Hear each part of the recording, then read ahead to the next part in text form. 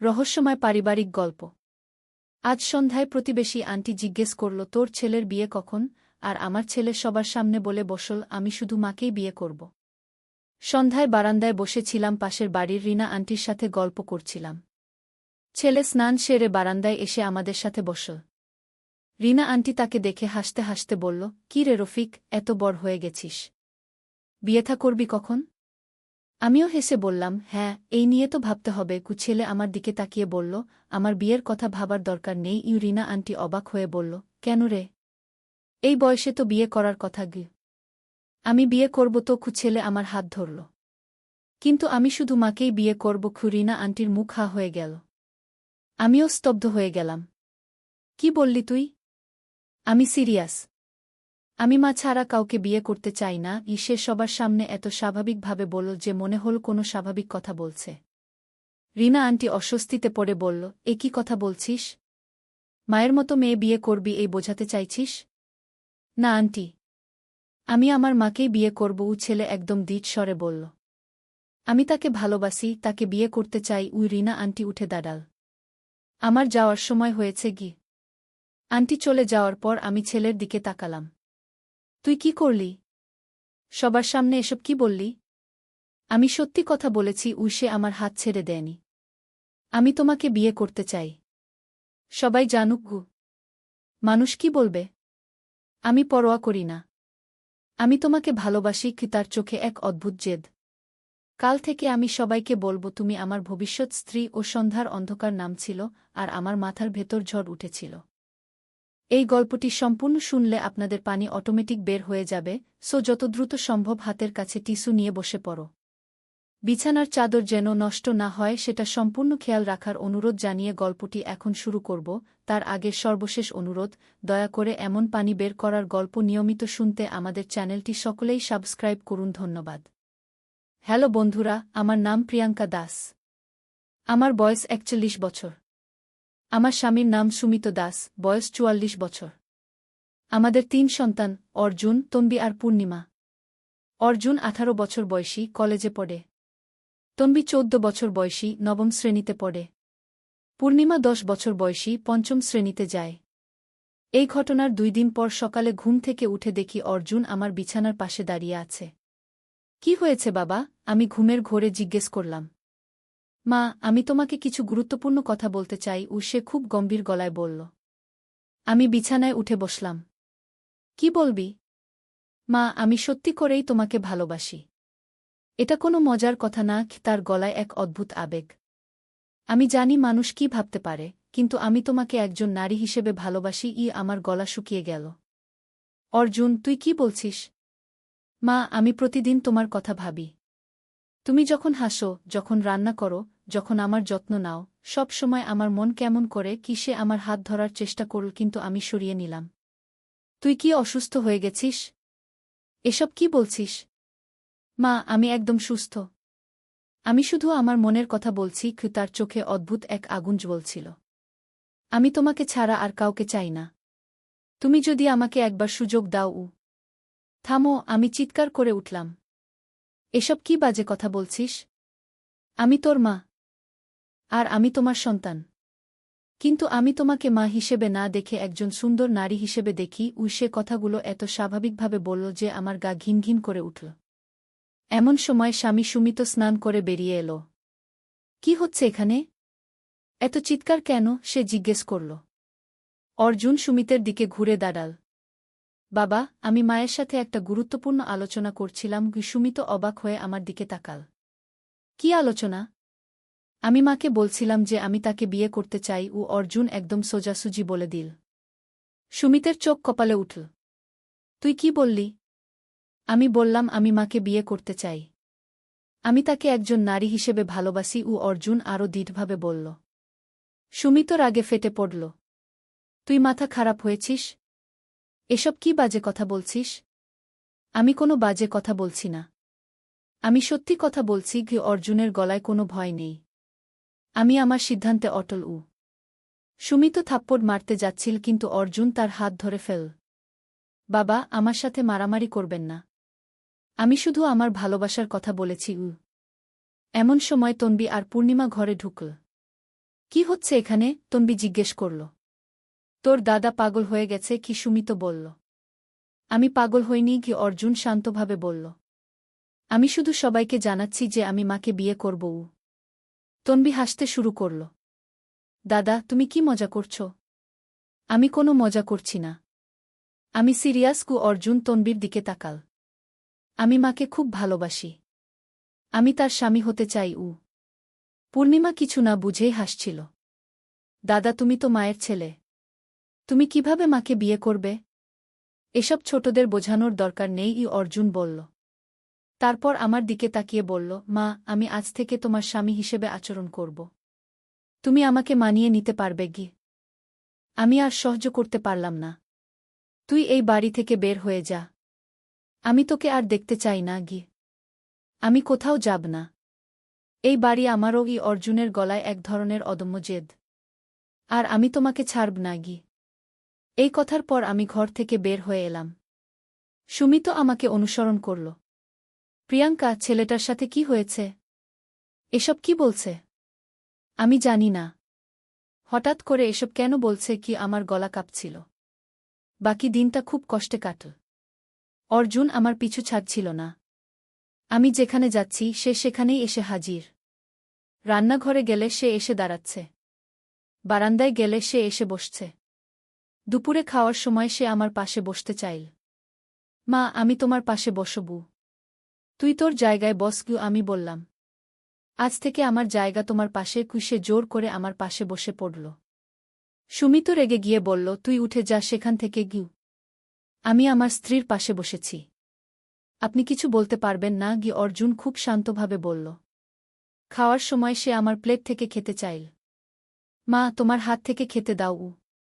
তুই কি করছিস? আমি তার হাত সরিয়ে দিলাম। স্বামী স্ত্রী একসাথে একই প্লেট থেকে খায়। আমরাও তাই করব। সে আমার প্লেট থেকে এক চামচ ভাত মুখে দিল। আমার আর খেতে ইচ্ছে করল না।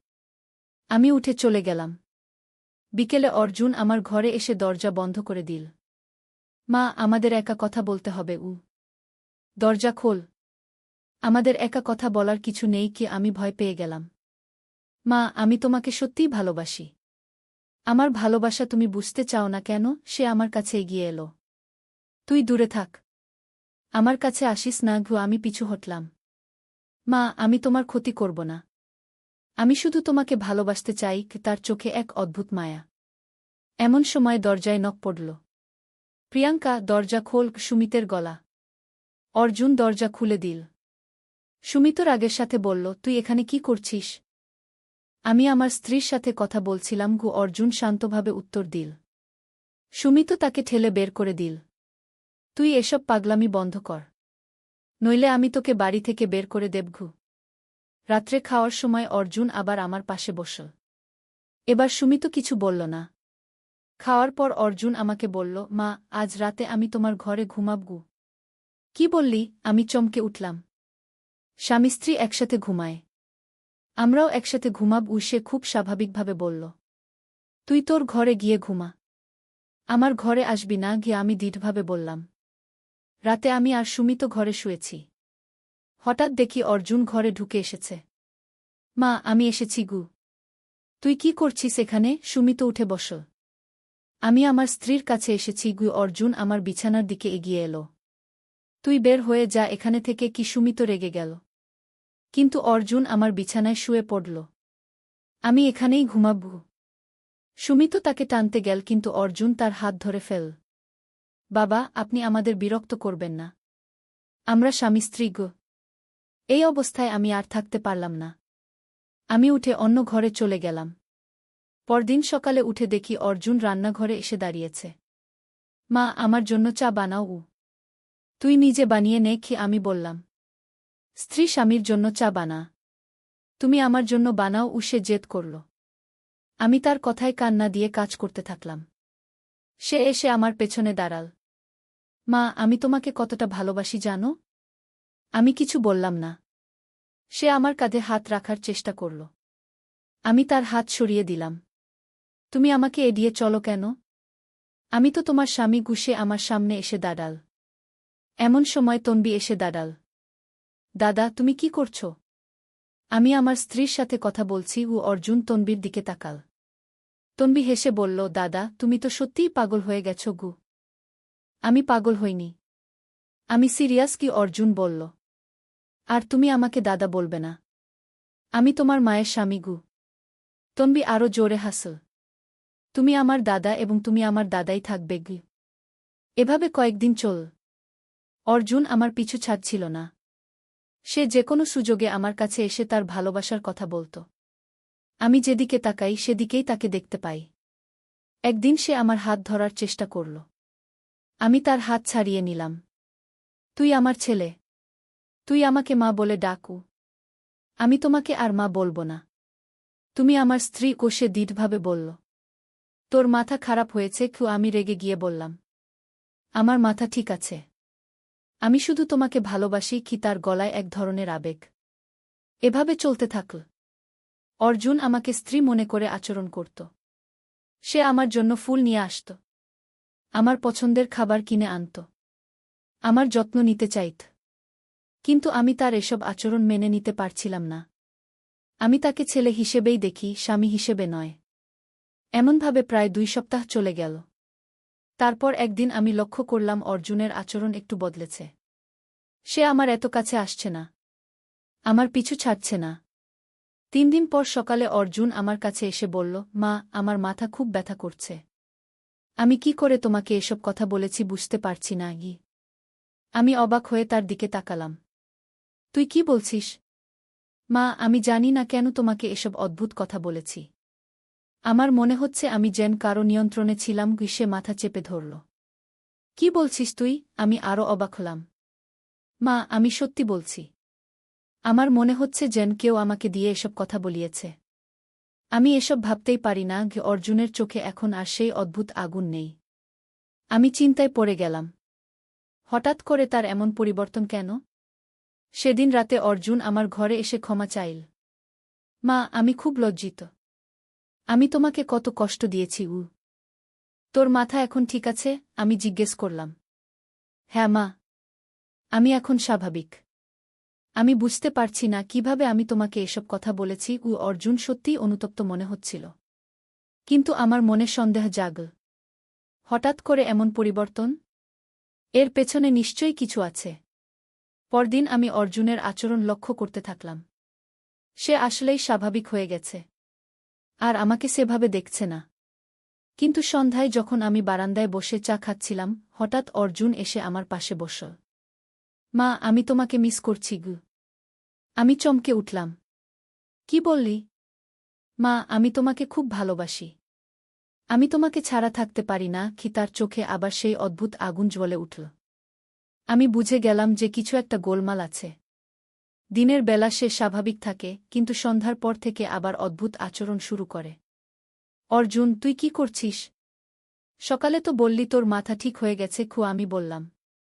মা, আমি জানি না কি হচ্ছে আমার সাথে। কিন্তু আমি তোমাকে ভালোবাসি। সে আমার হাত ধরার চেষ্টা করল। আমি তার হাত সরিয়ে দিয়ে ভেতরে চলে গেলাম। সুমিতকে বললাম, আমার মনে হচ্ছে অর্জুনের সাথে কিছু একটা অস্বাভাবিক ব্যাপার ঘটছে গিউ। কী রকম? সুমিতও জিজ্ঞেস করল। দিনের বেলা সে স্বাভাবিক থাকে, কিন্তু সন্ধ্যার পর আবার সেই অদ্ভুত আচরণ শুরু করে। আমি ব্যাখ্যা করলাম। সুমিতও চিন্তায় পড়ে গেল। তাহলে কিছু একটা সমস্যা আছে।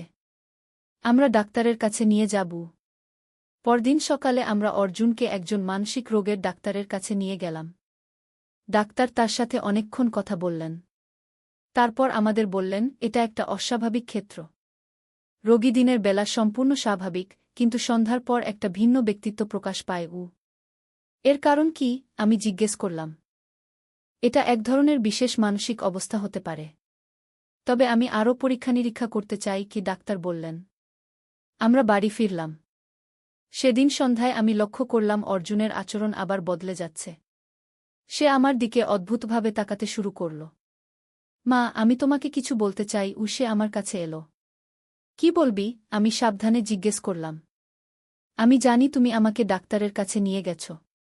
কিন্তু আমার কোনো সমস্যা নেই কি। তার গলায় এক ধরনের রহস্য। তোর আচরণ তো অস্বাভাবিক। আমি বললাম। আমার আচরণ স্বাভাবিক। আমি শুধু তোমাকে ভালোবাসি। সে হাসল। কিন্তু সেই হাসিটা কেমন যেন ভয়ানক লাগল। এমন সময় তনবি এসে দাঁড়াল। দাদা, তুমি কি করছ? অর্জুন তনবির দিকে ঘুরে তাকাল। তার চোখের দৃষ্টি এমন অদ্ভুত যে তনবি ভয় পেয়ে গেল। তুমি আমার বোন নও। তুমি আমার স্ত্রীর মেয়ে কি? অর্জুন বলল। তনবি আরও ভয় পেয়ে গেল। দাদা, তুমি কি বলছ? আমি তোমার দাদা নই। আমি তোমার সৎবাবা। অর্জুনের গলায় এক ধরনের কর্তৃত্ব। আমি আর সহ্য করতে না পেরে চিৎকার করলাম, থামো। তুই কি বলছিস? অর্জুন আমার দিকে ঘুরে তাকাল। তুমি চিৎকার করো না। আমি সত্যি কথা বলছি। সুমিত দৌড়ে এসে অর্জুনকে ধরল। তুই এসব পাগলামি বন্ধ কর। আপনি আমাকে ছাড়ুন। আমি আমার পরিবারের সাথে কথা বলছি। অর্জুন সুমিতের হাত ছাড়িয়ে নিল। তোর পরিবার? আমরাই তোর পরিবার, সুমিত বলল। না, আমার পরিবার হলো আমার স্ত্রী প্রিয়াঙ্কা আর আমার সৎমেয়ে তনবি ও পূর্ণিমা। অর্জুন খুব ঠান্ডা গলায় বলল। এই কথা শুনে আমার মাথা ঘুরে গেল। এ কি হচ্ছে? আমার ছেলে কেন এসব বলছে? রাতে অর্জুন আবার আমার ঘরে আসার চেষ্টা করল। কিন্তু আমি দরজা বন্ধ করে রেখেছিলাম। মা, দরজা খোলো। আমি তোমার সাথে থাকতে চাই। সে দরজায় নক করল। আমি দরজা খুলব না। তুই তোর ঘরে গিয়ে ঘুমা। আমি বললাম। আমার ঘর তোমার সাথে। আমি তোমার স্বামী। সে জোরে নক করতে থাকল। সুমিত এসে তাকে ধরে নিয়ে গেল। কিন্তু অর্জুন সারারাত আমার দরজার সামনে বসে রইল। পরদিন সকালে আমি দরজা খুলে দেখি অর্জুন মেঝেতে বসে আছে। কিন্তু তার চোখে এখন সেই অদ্ভুত ভাব নেই। মা, আমি এখানে কেন? সে অবাক হয়ে জিজ্ঞেস করল। তুই সারারাত এখানে বসেছিলি? আমি বললাম। কেন? আমি তো কিছু মনে করতে পারছি না। সে মাথা চুলকাল। আমি বুঝে গেলাম যে দিনের বেলা সে সত্যিই কিছু মনে রাখে না। এভাবে আরও কয়েকদিন চল। দিনের বেলা অর্জুন স্বাভাবিক থাকে, কিন্তু সন্ধ্যার পর তার মধ্যে যেন অন্য একজন ঢুকে পড়ে। একদিন সন্ধ্যায় অর্জুন আমার কাছে এসে বলল, মা, আমি তোমাকে একটা সিক্রেট বলব। কি সিক্রেট? আমি জিজ্ঞেস করলাম। আমি আসলে অর্জুন নই। সে রহস্যময় গলায় বলল। আমার গা শিউরে উঠল। তুই কি বলছিস? আমি অন্য কেউ। আমি এই শরীরে ঢুকেছি কি? তার চোখে এক অদ্ভুত চকচকানি। কে তুই? আমি কাপা গলায় জিজ্ঞেস করলাম। আমি তোমার স্বামী। তোমার আসল স্বামী? সে হাসল। আমার পা কাঁপতে শুরু করল। কি বলছিস তুই? সুমিত তোমার স্বামী নয়। আমি তোমার স্বামী। আমি মারা যাওয়ার পর এই ছেলের শরীরে এসেছি। অর্জুন বলল। তুই কি পাগল হয়ে গেছিস? আমি চিৎকার করলাম। আমি পাগল নই। আমি সত্যি কথা বলছি। আমি তোমার প্রথম স্বামী রঞ্জন। সে একদম শান্তভাবে বলল। আমার মাথায় বজ্রপাত হল। রঞ্জন আমার প্রথম স্বামী ছিল। অর্জুনের জন্মের 1 বছর পর সে একটা দুর্ঘটনায় মারা যায়। তারপর আমি সুমিতকে বিয়ে করি। রঞ্জন মারা গেছে 20 বছর আগে। আমি কাপা গলায় বললাম। আমি মরিনি। আমি তোমাদের পাশেই ছিলাম।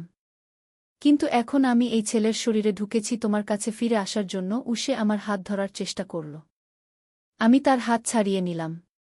তুই মিথ্যে বলছিস। তুই অর্জুন। আমি অর্জুন নই। আমি রঞ্জন। তুমি আমাকে চিনতে পারছ না? তার চোখে অদ্ভুত আবেগ। এমন সময় সুমিত এসে দাঁড়াল। কি হচ্ছে এখানে? অর্জুন সুমিতের দিকে তাকাল। তুমি কে? তুমি এই বাড়িতে কি করছ? আমি এই বাড়ির কর্তা। আমি প্রিয়াঙ্কার স্বামী। সুমিত বলল। তুমি তার স্বামী নও। আমি তার স্বামী। তুমি একজন অপরিচিত লোক। অর্জুনের গলা রাগ। সুমিত অবাক হয়ে আমার দিকে তাকাল। ও কি বলছে? ও বলছে ও রঞ্জন। ও বলছে ও অর্জুনের শরীরে ঢুকেছে। আমি কাঁপতে কাঁপতে বললাম। সুমিতের চোখ বড় হয়ে গেল। কি বলল? আমি রঞ্জন। আমি প্রিয়াঙ্কার প্রথম স্বামী।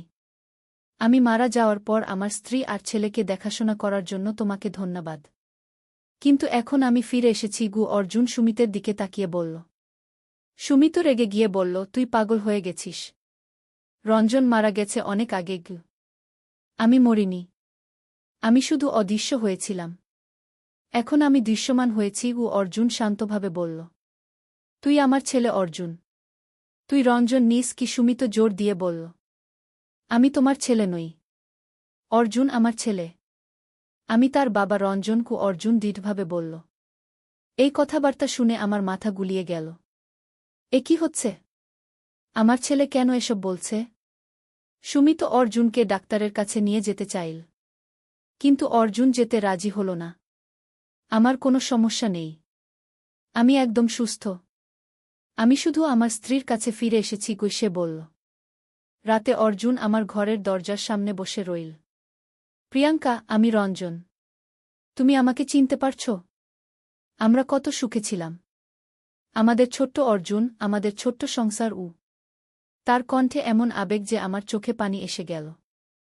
রঞ্জনের কথা মনে পড়ে গেল। তুমি মনে করো আমাদের প্রথম রাতের কথা? তুমি কত লজ্জা পেয়েছিলে। আমাদের হানিমুনের কথা মনে আছে? সে বলতে থাকল। আমার হৃদয়ে কেঁপে উঠল। এসব কথা শুধু রঞ্জনই জানত।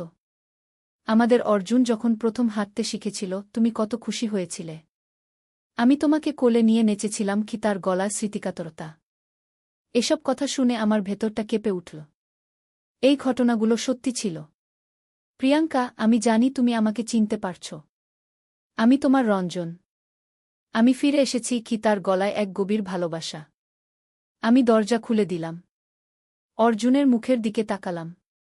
সত্যিই কি রঞ্জনের ছায়া দেখতে পাচ্ছি?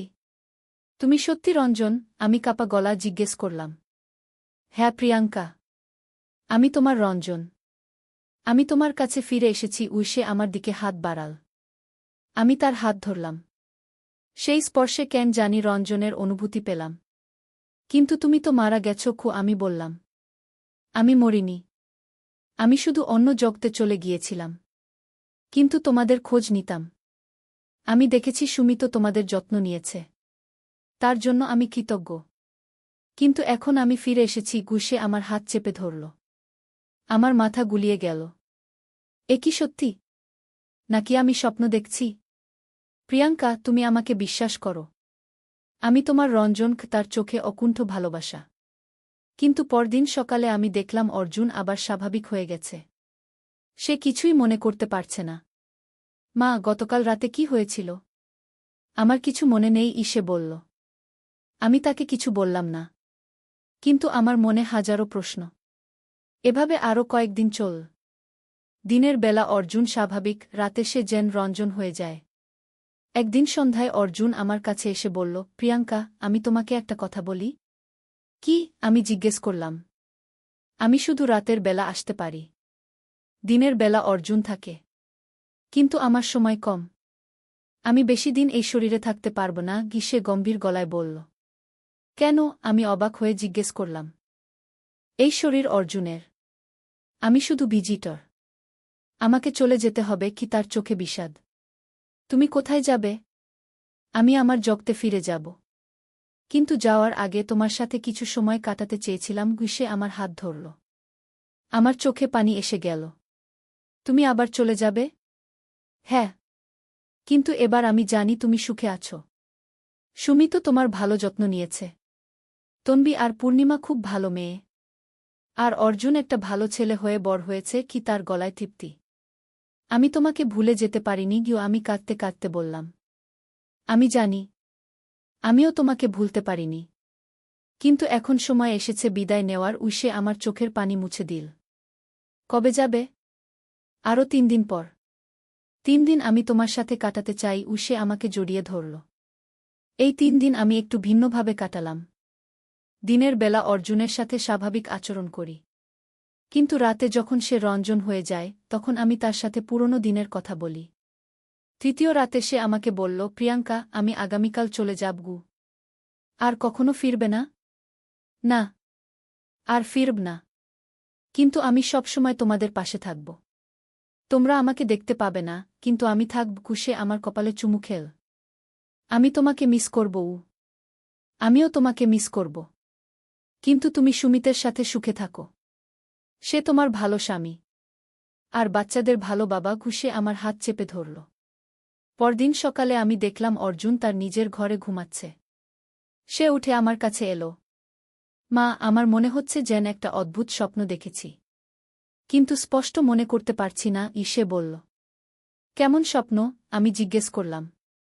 যেন কেউ আমার শরীরে ঢুকেছিল।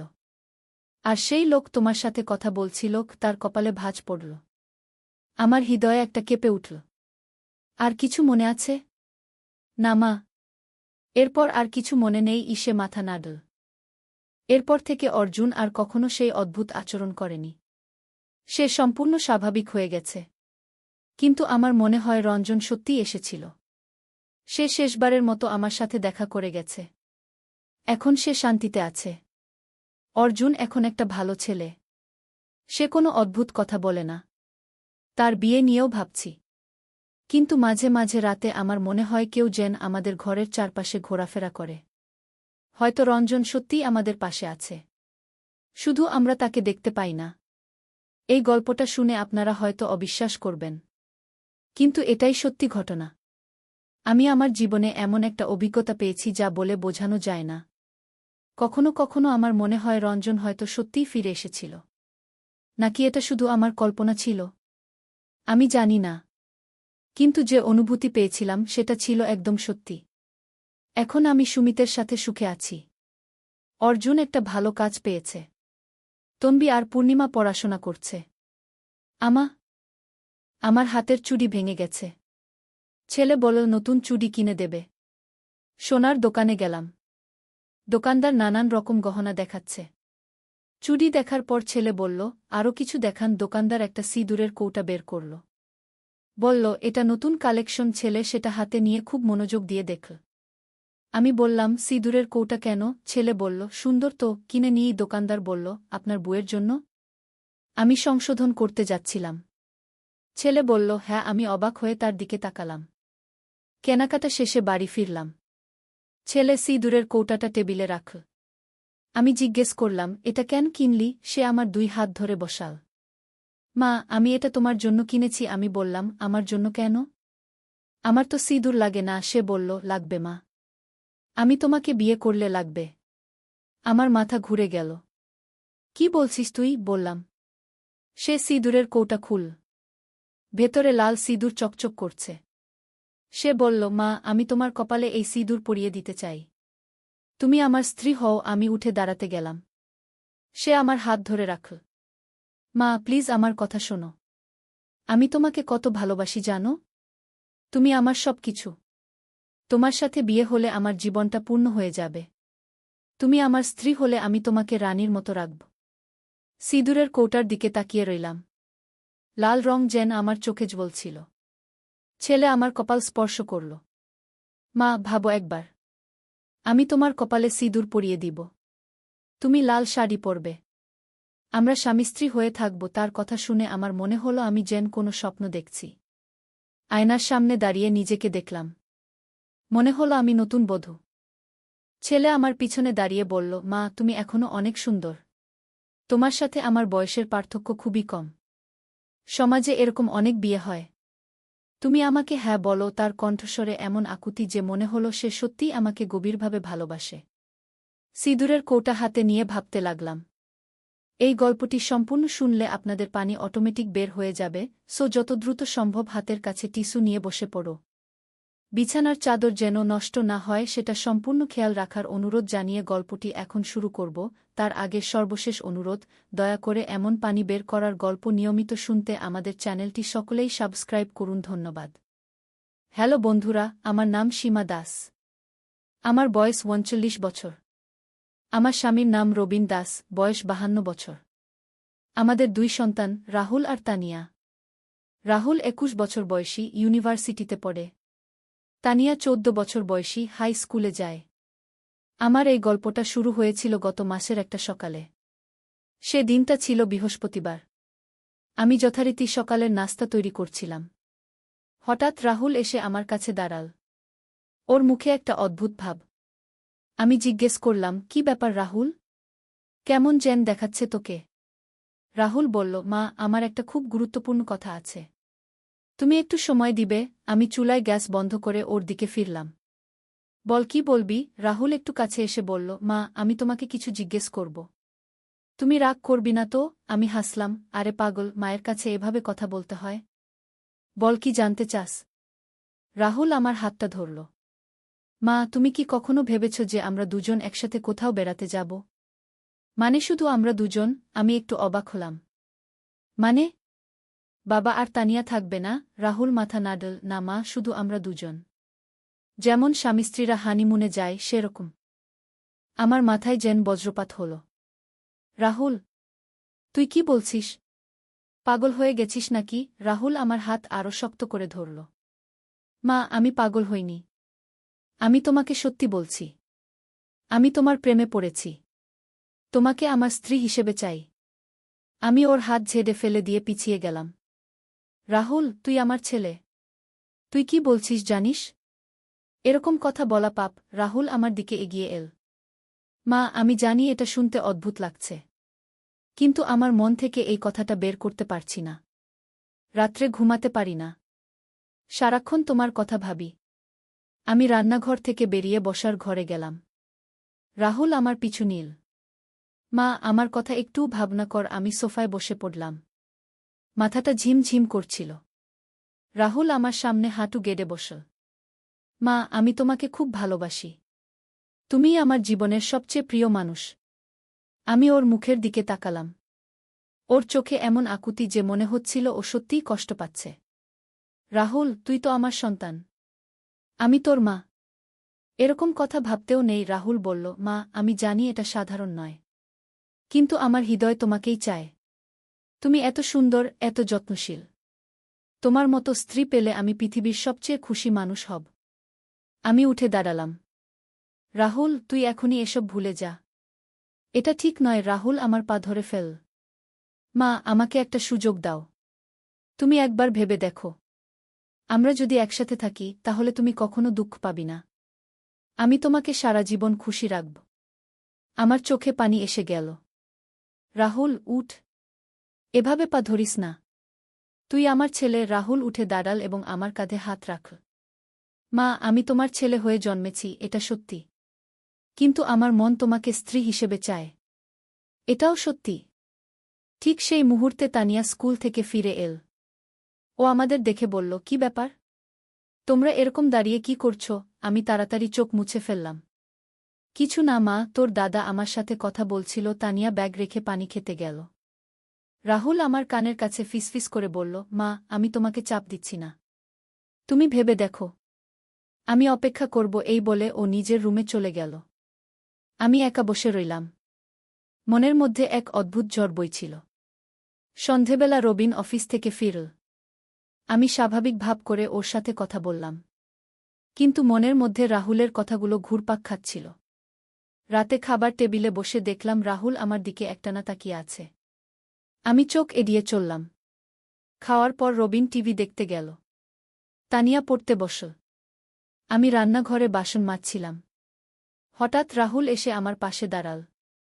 মা, আমি তোমাকে সাহায্য করি। আমি না বলতে যাচ্ছিলাম, কিন্তু ও জোর করে একটা প্লেট নিয়ে মাজতে শুরু করল।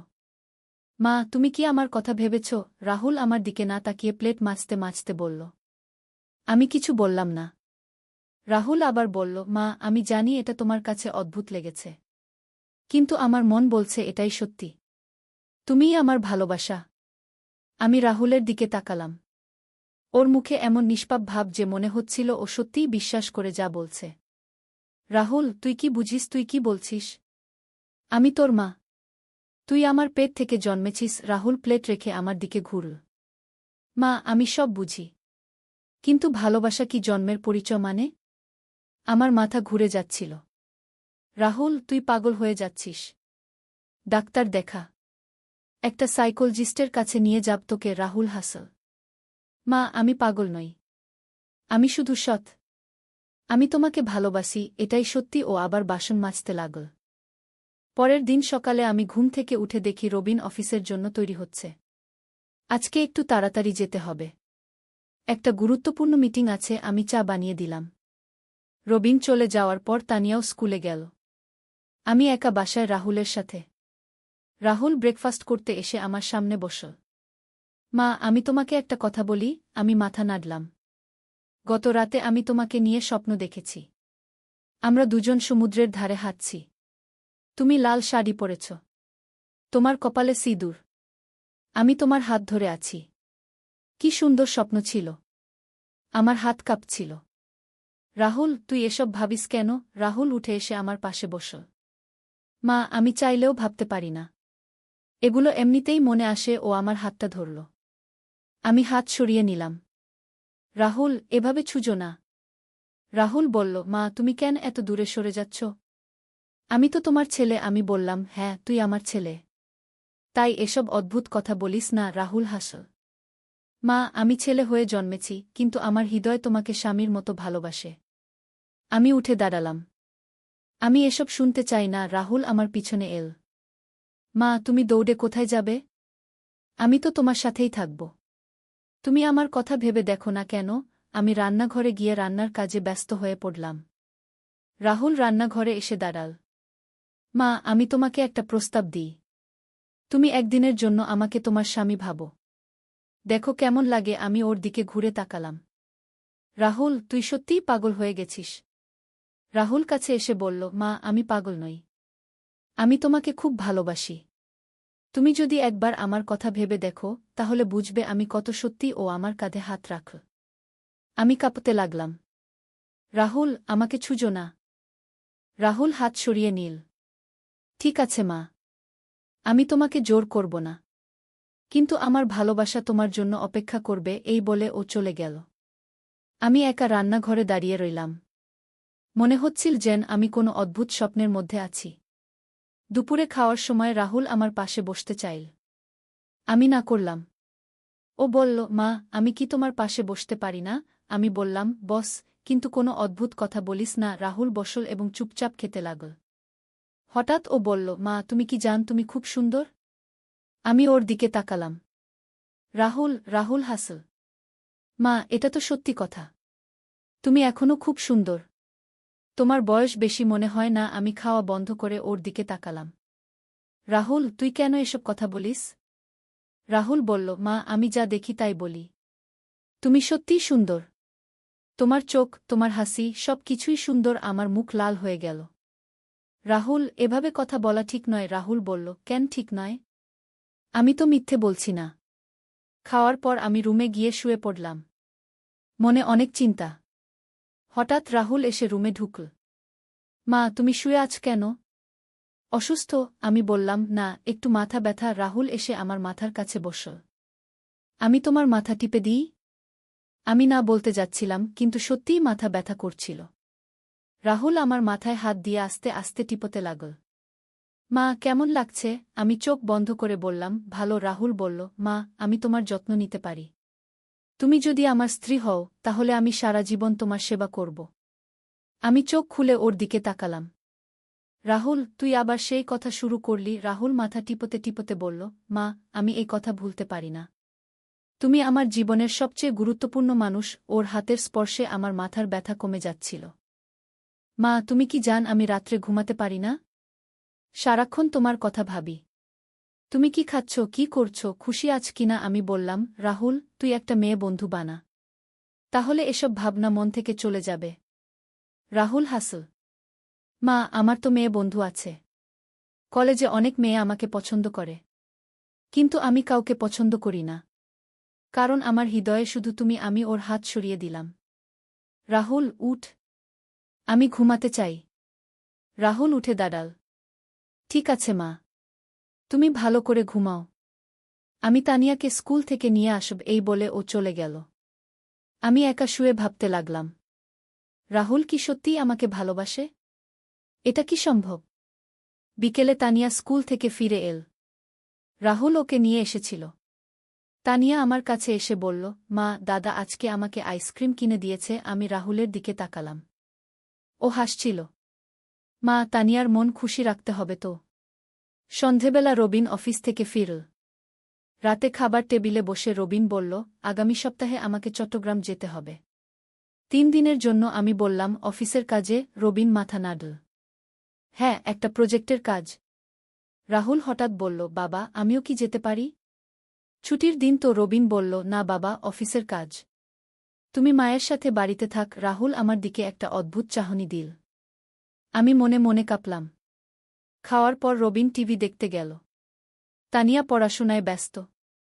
আমি রান্নাঘরে গিয়ে বাসন মাজছিলাম। রাহুল এসে আমার কাছে দাঁড়াল। মা, বাবা চলে গেলে আমরা দুজন একা থাকব। আমি তাড়াতাড়ি বললাম, তানিয়াও তো থাকবে। রাহুল বলল, তানিয়া তো স্কুলে যাবে। দিনের বেলায় আমরা দুজন একা থাকব। ওর কণ্ঠে এক ধরনের উত্তেজনা। আমি বললাম, রাহুল, তুই কলেজে যাবি না কেন? রাহুল বলল, ছুটির দিন মা। আমি তোমার সাথে থাকব। আমার হাত কাঁপছিল। রাহুল, তুই তোর বন্ধুদের সাথে কোথাও ঘুরতে যা। আমি একা থাকতে পারব। রাহুল কাছে এসে বলল, মা, আমি তোমাকে একা রাখতে চাই না। আমি তোমার যত্ন নিতে চাই। পরের দিন রবিন চট্টগ্রামের উদ্দেশ্যে রওনা হল। আমি আর রাহুল ওকে স্টেশনে পৌঁছে দিলাম। ফেরার পথে রাহুল বলল, মা, আমরা একটু কোথাও ঘুরে যাই। আমি বললাম, না, বাড়ি চল। রাহুল বলল, মা, তুমি আমার সাথে একটু সময় কাটাও না। আমি ওর দিকে তাকালাম। ওর চোখে এমন আকুতি যে না বলতে পারলাম না। ঠিক আছে, পার্কে একটু বসি। আমরা লেকের পাশের একটা বেঞ্চে বসলাম। রাহুল বলল, মা, কত সুন্দর জায়গা। আমাদের এখানে এসে ভালো লাগছে। মা, আমি কি তোমার হাত ধরতে পারি? রাহুল আমার দিকে তাকিয়ে বলল। আমি বললাম, কেন? রাহুল বলল, কারণ আমি তোমাকে ভালোবাসি। আমি হাত সরিয়ে নিলাম। রাহুল, এসব কথা বন্ধ কর। রাহুল বলল, মা, তুমি কেন আমার ভালোবাসা মানতে চাও না? আমি তো তোমার কোনো ক্ষতি করি না। আমি উঠে দাঁড়ালাম। চল বাড়ি যাই। রাহুল আমার পিছু নিল। মা, তুমি কেন আমার কাছ থেকে দৌড়ে যাচ্ছ? বাড়ি ফিরে আমি রুমে গিয়ে দরজা বন্ধ করে দিলাম। কিন্তু মনে হচ্ছিল যেন কোনো নিরাপদ জায়গা নেই। দুপুরে খাওয়ার সময় রাহুল আমার খুব কাছে বসতে চাইল। আমি দূরে বসলাম। রাহুল বলল, মা, তুমি আমার থেকে দূরে কেন বসছ? রাহুল, তুই স্বাভাবিকভাবে খা। আমি বললাম। রাহুল বলল, মা, আমি তোমাকে খাওয়াতে চাই। আমি চমকে উঠলাম। কি? রাহুল হাসল। স্বামীরা তো স্ত্রীদের খাওয়ায়। আমিও তোমাকে খাওয়াতে চাই। আমি রেগে গেলাম। রাহুল, তুই আমার ছেলে। স্বামীর কথা বলিস কেন? রাহুল শান্তভাবে বলল, মা, আমি জানি আমি তোমার ছেলে। কিন্তু আমার হৃদয় তোমাকে স্ত্রী হিসেবে দেখে ও উঠে আমার পাশে এসে বসল। মা, তুমি আমার হাত থেকে একটা গ্রাস খাও। রাহুল একটা গ্রাস বানিয়ে আমার মুখের কাছে নিয়ে এল। আমি মাথা সরিয়ে নিলাম। না, আমি নিজেই খেতে পারি। রাহুল বলল, মা, প্লিজ, আমাকে একটু খুশি করো। ওর চোখে এমন আকুতি যে আমি না বলতে পারলাম না। আমি মুখ খুললাম। রাহুল আস্তে করে আমার মুখে গ্রাসটা দিল। কেমন লাগছে মা? আমি কিছু বললাম না। রাহুল খুব খুশি হল। মা, আমি তোমাকে সারা জীবন এভাবে খাওয়াতে চাই। খাওয়ার পর আমি রুমে গিয়ে শুয়ে পড়লাম। মনটা খুব খারাপ। হঠাৎ শুনলাম দরজায় নক। রাহুলের গলা, মা, দরজা খোল। আমি উঠে দরজা খুললাম। রাহুল এসে আমার বিছানায় বসল। মা, তুমি দুঃখী কেন? রাহুল, তুই আমাকে কষ্ট দিচ্ছিস। আমি বললাম। রাহুল আমার হাত ধরল। মা, আমি তোমাকে কষ্ট দিতে চাই না। আমি শুধু তোমাকে ভালোবাসতে চাই। আমি হাত ছাড়াতে গেলাম। রাহুল শক্ত করে ধরে রাখল। মা, তুমি আমার ভালোবাসা গ্রহণ করো। আমি তোমাকে সুখী রাখব। রাহুল আমার কাছে আরও কাছে এল। আমি পিছিয়ে গেলাম। রাহুল, তুই এত কাছে আসিস কেন? রাহুল বলল, কারণ আমি তোমার কাছে থাকতে চাই। হঠাৎ রাহুল আমার গালে একটা চুমু দিল। আমি চমকে উঠলাম। রাহুল, তুই কি করলি? রাহুল হাসল। মা, আমি তোমাকে ভালোবাসার চুমু দিলাম। আমি উঠে দাঁড়ালাম। তুই পাগল হয়ে গেছিস। রাহুল আমার পা ধরে ফেল। মা, আমি পাগল হইনি। আমি তোমাকে ভালোবাসি। আমি ওর হাত ঝাড়িয়ে বের হয়ে গেলাম। রাহুল পিছু নিল। মা, তুমি কোথায় যাচ্ছ? আমি বসার ঘরে গিয়ে সোফায় বসলাম। রাহুল আমার সামনে হাঁটু গেড়ে বসল। মা, আমার কথা শোনো। আমি তোমাকে বিয়ে করতে চাই। আমার মাথা ঘুরে গেল। রাহুল, তুই কি বলছিস জানিস? রাহুল বলল, মা, আমি সব জানি। আমি তোমাকে সিঁদুর পরিয়ে দিতে চাই। তুমি আমার স্ত্রী হও। ও পকেট থেকে সেই সিঁদুরের কৌটা বের করল। আমার চোখ বড় হয়ে গেল। এটা কোথা ছিল? রাহুল বলল, আমি লুকিয়ে রেখেছিলাম। ও কৌটা খুল। ভেতরে লাল সিঁদুর চকচক করছে। মা, আমি তোমার কপালে এই সিঁদুর দিতে চাই। আমি পিছিয়ে গেলাম। না, রাহুল, এটা ঠিক নয়। রাহুল উঠে দাঁড়াল। মা, কেন ঠিক নয়? আমি তোমাকে ভালোবাসি। তুমি আমাকে ভালোবাসো। আমরা একসাথে সুখী হতে পারি। ও আমার দিকে এগিয়ে এল। আমি আরও পিছিয়ে গেলাম। রাহুল, তুই আমার ছেলে। আমি তোর মা।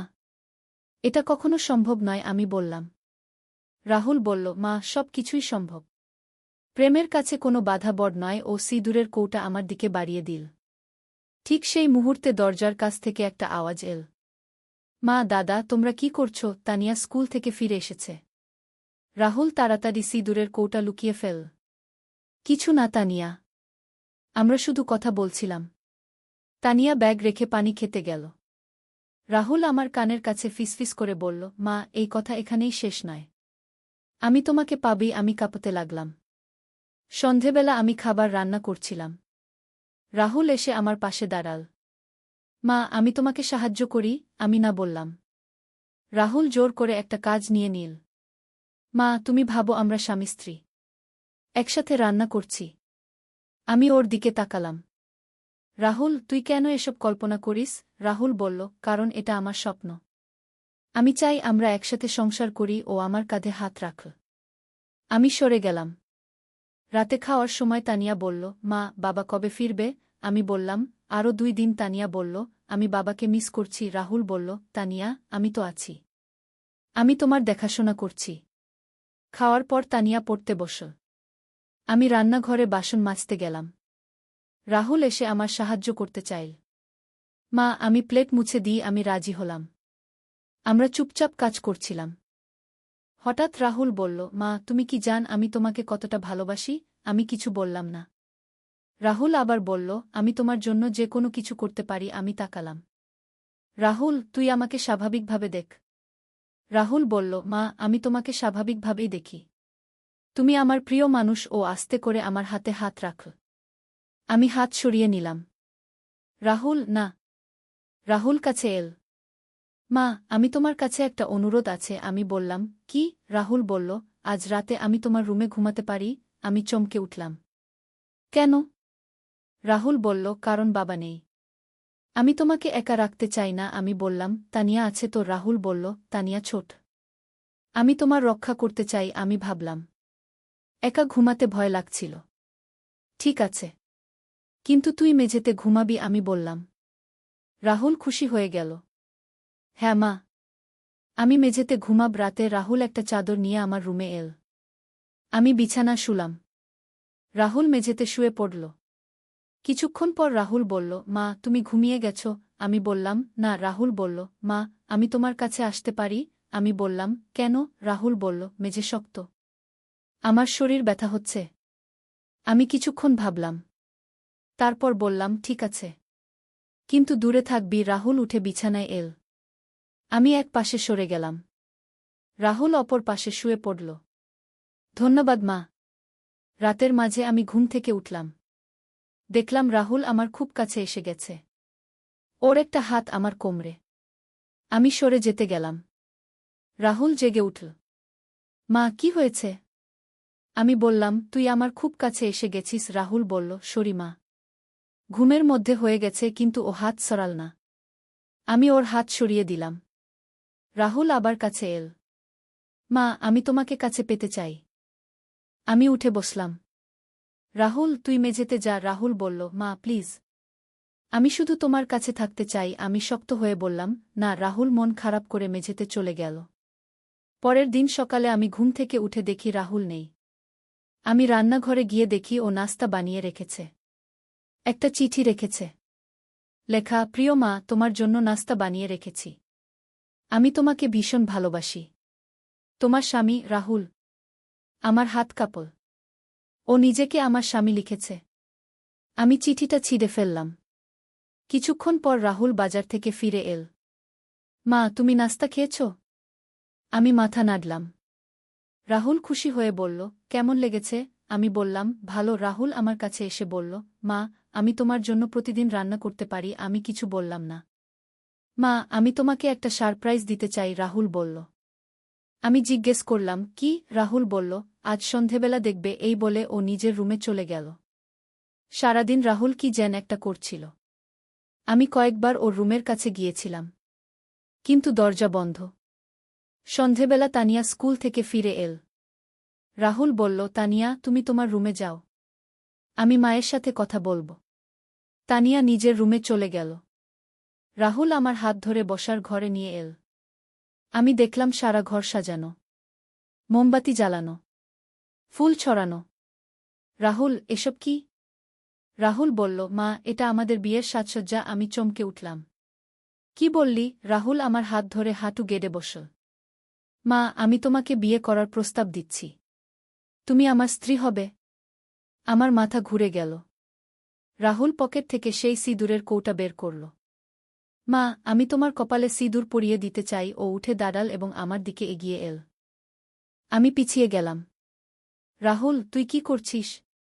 এসব সব সরিয়ে ফেল। রাহুল বলল, না মা, আজ আমি তোমাকে আমার করে নেব। ও আমার হাত ধরে টান। আমি হাত ছাড়াতে চেষ্টা করলাম। মা, তুমি আমার কাছ থেকে পালিয়ে কোথায় যাবে? আমি তোমাকে ছাড়ব না। রাহুল আমাকে জড়িয়ে ধরল। আমি চিৎকার করতে যাচ্ছিলাম। হঠাৎ দরজার বেল বাজল। আমরা দুজনেই চমকে উঠলাম। রাহুল আমাকে ছেড়ে দিল। আমি দরজার কাছে গিয়ে দেখলাম রবিন দাঁড়িয়ে। আমি তাড়াতাড়ি দরজা খুললাম। তুমি এত তাড়াতাড়ি ফিরলে? রবিন বলল, কাজ তাড়াতাড়ি শেষ হয়ে গেছে। তানিয়া কোথায়? আমি বললাম, ও নিজের রুমে। রবিন বসার ঘরে এসে দেখল সাজসজ্জা। এসব কি? রাহুল তাড়াতাড়ি বলল, বাবা, আমি একটা পার্টি করার প্রস্তুতি নিচ্ছিলাম। তোমার ফেরার খুশিতে। রবিন হাসল। এত কিছুর দরকার ছিল না। রবিনের সামনে রাহুল সব সরিয়ে ফেল। কিন্তু আমি জানি এটা শেষ নয়। রাহুলের চোখে এখনও সেই আগুন জ্বলছে। ও আমাকে ছাড়বে না। কদিন পর একটা অদ্ভুত ঘটনা ঘটল। আমি সকালে ঘুম থেকে উঠে দেখি আমার ড্রেসিং টেবিলে একটা চিঠি। খুলে পড়লাম। লেখা, প্রিয় স্ত্রী, আমি তোমার জন্য অপেক্ষা করছি। শীঘ্রই আমরা একসাথে হব। তোমার স্বামী গু। আমার গা শিউরে উঠল। এটা রাহুলের হাতের লেখা। কিন্তু ও কখন এটা রেখে গেল? আমি চিঠিটা লুকিয়ে রাখলাম। সেদিন দুপুরে রাহুল আমার কাছে এসে বলল, মা, আমি তোমার জন্য কিছু কিনে এনেছি। ও একটা প্যাকেট দিল।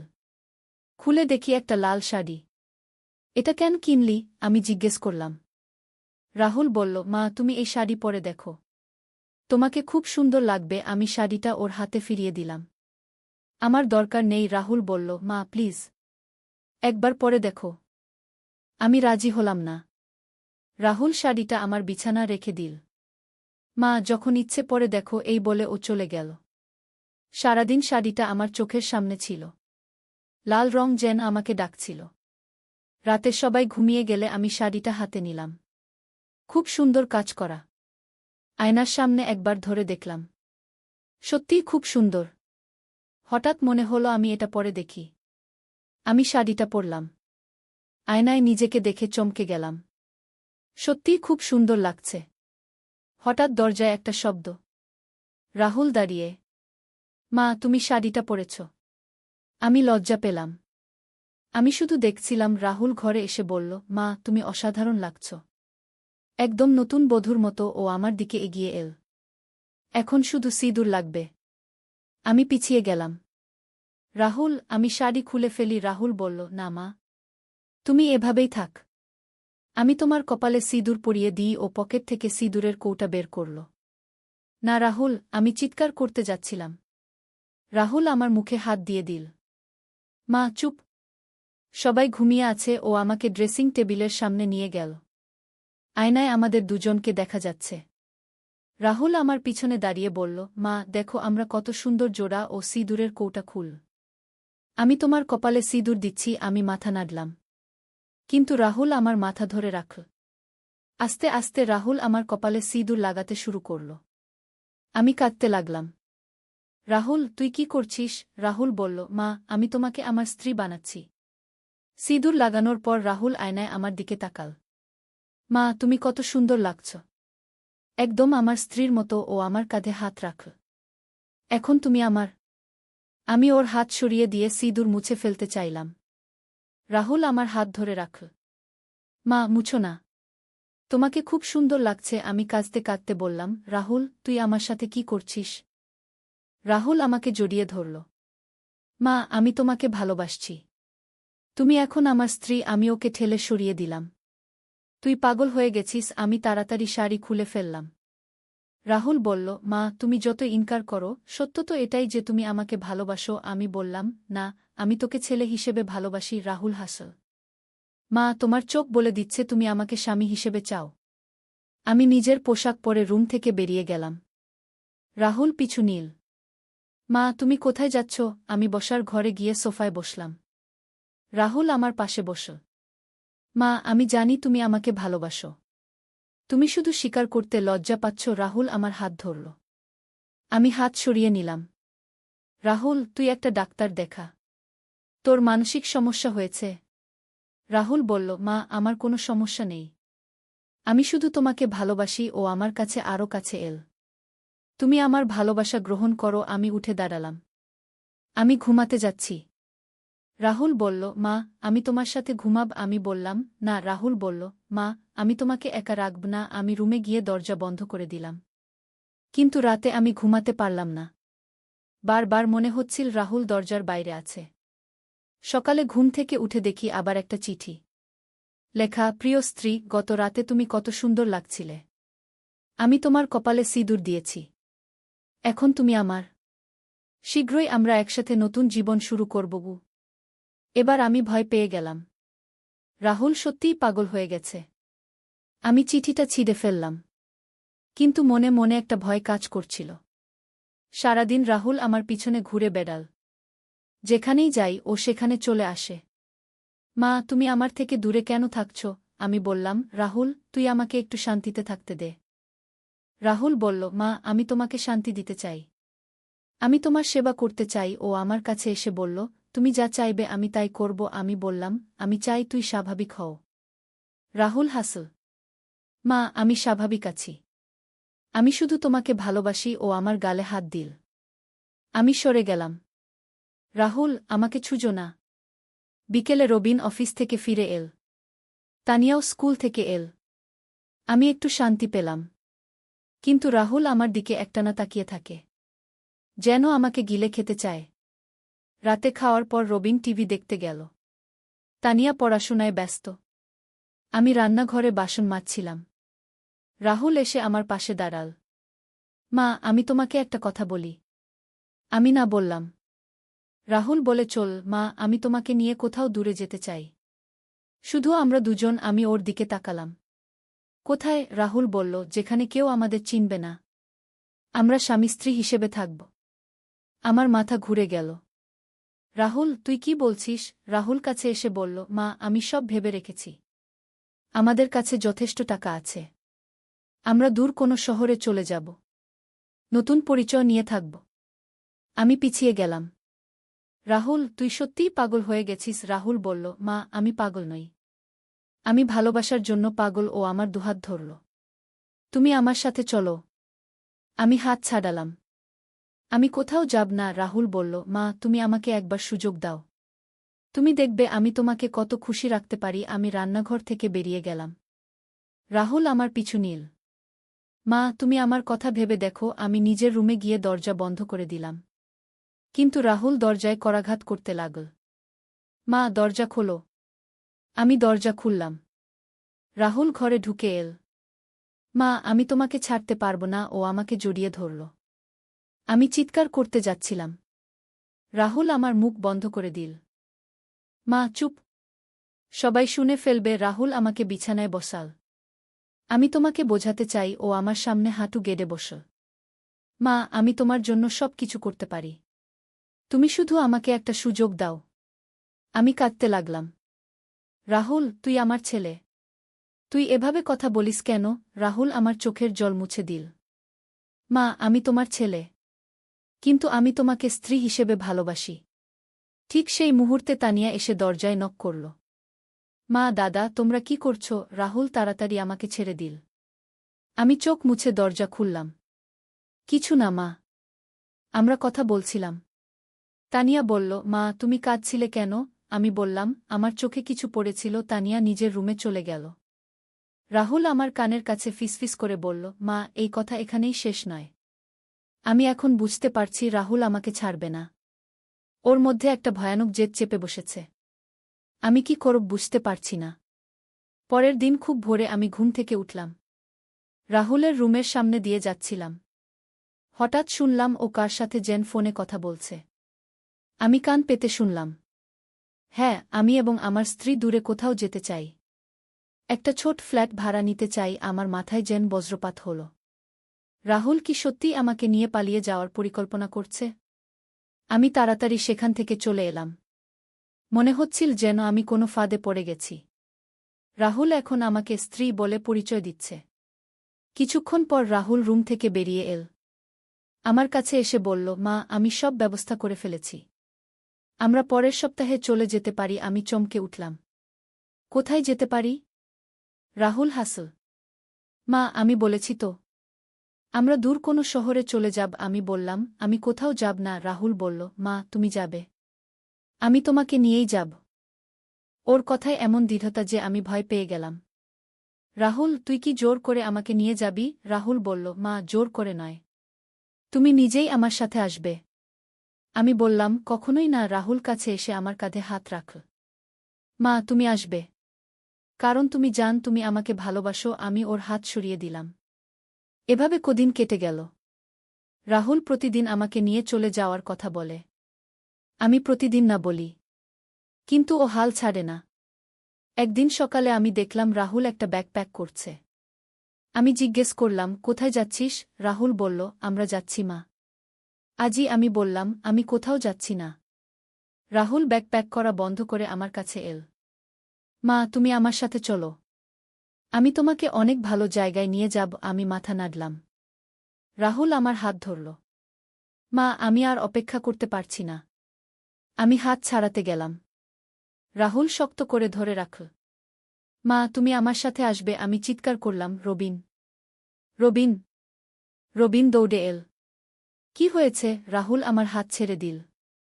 আমি কাঁদতে কাঁদতে বললাম, রাহুল আমাকে জোর করে কোথাও নিয়ে যেতে চাইছে। রবিন রাহুলের দিকে তাকাল। রাহুল, কি ব্যাপার? রাহুল বলল, কিছু না বাবা। মায়ের মাথা খারাপ হয়ে গেছে। আমি চিৎকার করে বললাম, আমার মাথা খারাপ হয়নি। রাহুল আমাকে নিয়ে পালিয়ে যেতে চায়। রবিন এবার গুরুত্ব দিয়ে শুনো। রাহুল, সত্যি কথা বল। রাহুল বলল, বাবা, আমি মায়ের যত্ন নিতে চাই। রবিন বলল, কোথায় নিয়ে যেতে চাইছিস? রাহুল চুপ রইল। রবিন রাহুলের ব্যাগ দেখল। এত জিনিস প্যাক করেছিস কেন? রাহুল কিছু বলতে পারল না। রবিন আমার দিকে তাকাল। সীমা, তুমি ভয় পেও না। আমি দেখছি। রবিন রাহুলকে নিয়ে বসার ঘরে গেল। আমি তাদের কথা শুনতে পেলাম। রবিন বলছে, রাহুল, তোর কি হয়েছে? তুই তোর মায়ের সাথে কেন এভাবে ব্যবহার করছিস?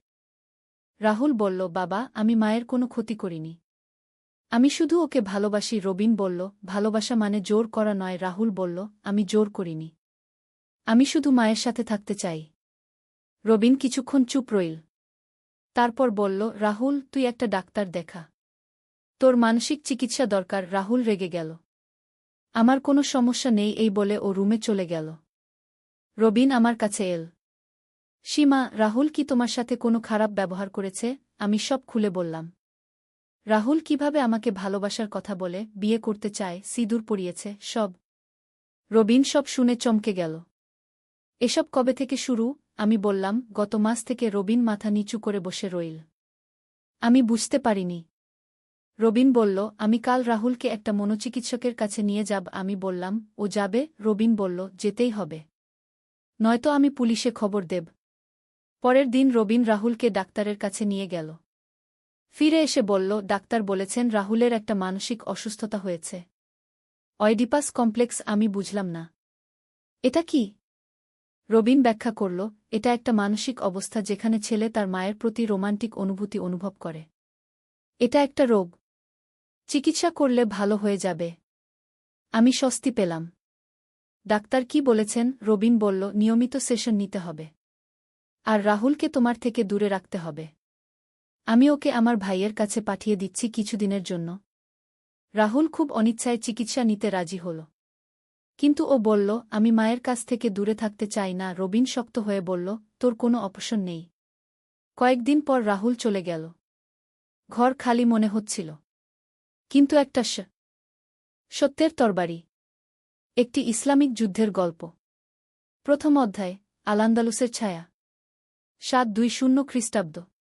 স্পেনের আল-আন্দালুসে মুসলিম শাসন প্রতিষ্ঠিত হয়েছে মাত্র কয়েক বছর। কর্ডোভার কাছে একটি ছোট্ট গ্রাম আল-নূর।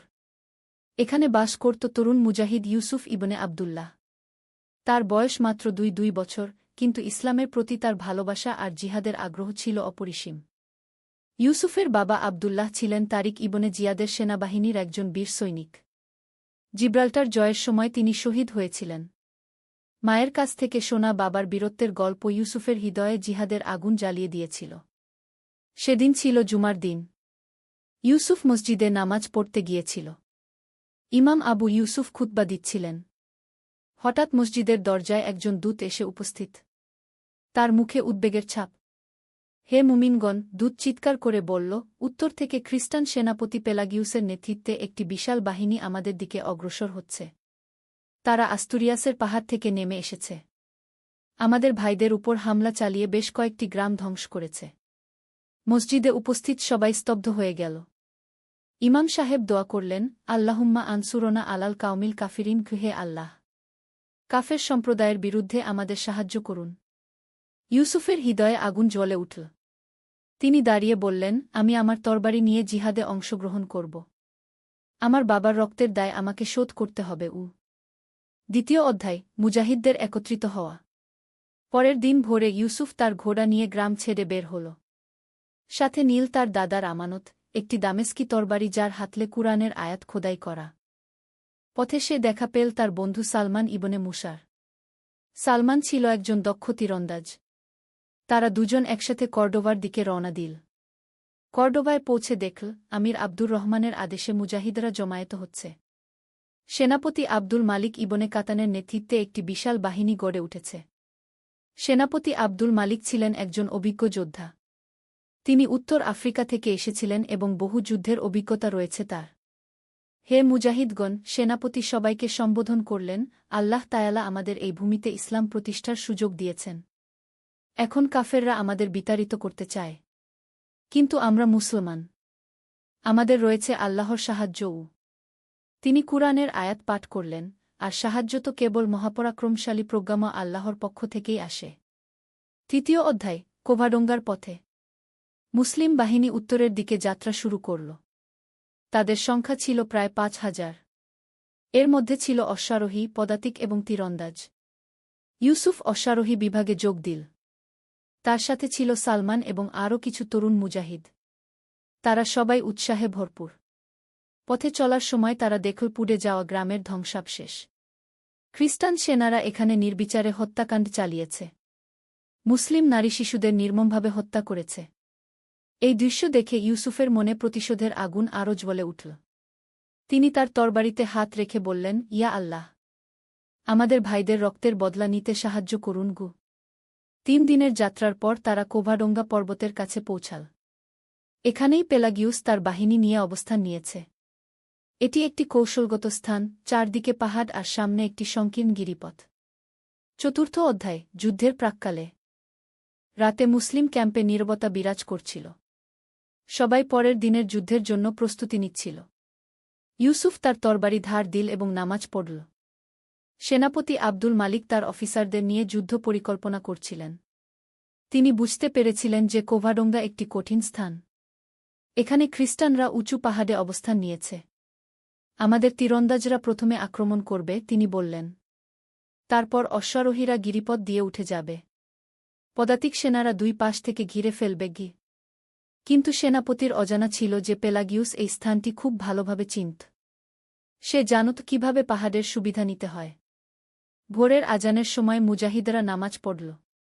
ইমাম দোয়া করলেন, রাব্বানা আফরিক আলায়না সাবরান ওয়া সাব্বিত আকদামানা ওয়ানসুরনা আলাল কাউমিল কাফিরিন, হে আমাদের প্রতিপালক, আমাদের উপর ধৈর্য ঢেলে দিন, আমাদের পা অবিচল রাখুন এবং কাফের সম্প্রদায়ের বিরুদ্ধে আমাদের সাহায্য করুন। পঞ্চম অধ্যায়, কোভাডোঙ্গার যুদ্ধ। সূর্য ওঠার সাথে সাথে যুদ্ধ শুরু হল। মুসলিম তীরন্দাজরা প্রথমে তীর ছুড়ল। কিন্তু খ্রিস্টানরা পাহাড়ের আড়ালে থাকায় তেমন ক্ষতি হল না। ইউসুফ তার ঘোড়ায় চড়ে আল্লাহু আকবার কি ধ্বনি দিয়ে গিরিপথ দিয়ে উঠে গেল। তার সাথে ছিল প্রায় ২০০ অশ্বারোহী। কিন্তু এটি ছিল একটি ফাঁদ। পেলাগিউস পাহাড়ের উপর থেকে বিশাল পাথর গড়িয়ে দিল। অনেক মুসলিম সৈনিক হতাহত হল। ইউসুফের ঘোড়া একটি তীর খেয়ে মারা গেল। তিনি পায়ে হেঁটে যুদ্ধ চালিয়ে গেলেন। তার তরবারি দিয়ে একের পর একে খ্রিস্টান সৈনিকদের হত্যা করলেন। সালমান তার তীর দিয়ে দূর থেকে সাহায্য করছিল। তার তীরে অনেক শত্রু সৈনিক মারা পড়ল। কিন্তু যুদ্ধের মোড় ভিন্ন দিকে যেতে শুরু করল। খ্রিস্টানরা তাদের ভূমির সুবিধা নিয়ে মুসলিমদের উপর চাপ বাড়াতে লাগল। ষষ্ঠ অধ্যায়, বিপদের মুহূর্ত। দুপুরের দিকে মুসলিম বাহিনী কঠিন পরিস্থিতিতে পড়ে গেল। অনেক সৈনিক হতাহত হয়েছে। সেনাপতি আব্দুল মালিক নিজেও আহত হয়েছেন। ইউসুফ দেখল তার চারপাশে শত্রু সেনারা ঘিরে ফেলেছে। তার শরীরে বেশ কয়েকটি ক্ষত। কিন্তু তার মনে শুধু একটাই কথা, আল্লাহর রাহে শহীদ হওয়ার চেয়ে বড় সম্মান আর কি হতে পারে। সে আল্লাহর নাম নিয়ে তরবারি চালিয়ে গেল। তার তরবারির প্রতিটি আঘাতে খ্রিস্টান সৈনিকদের রক্ত ঝরছিল। হঠাৎ সে দেখল পেলাগিউস নিজেই তার দিকে এগিয়ে আসছে।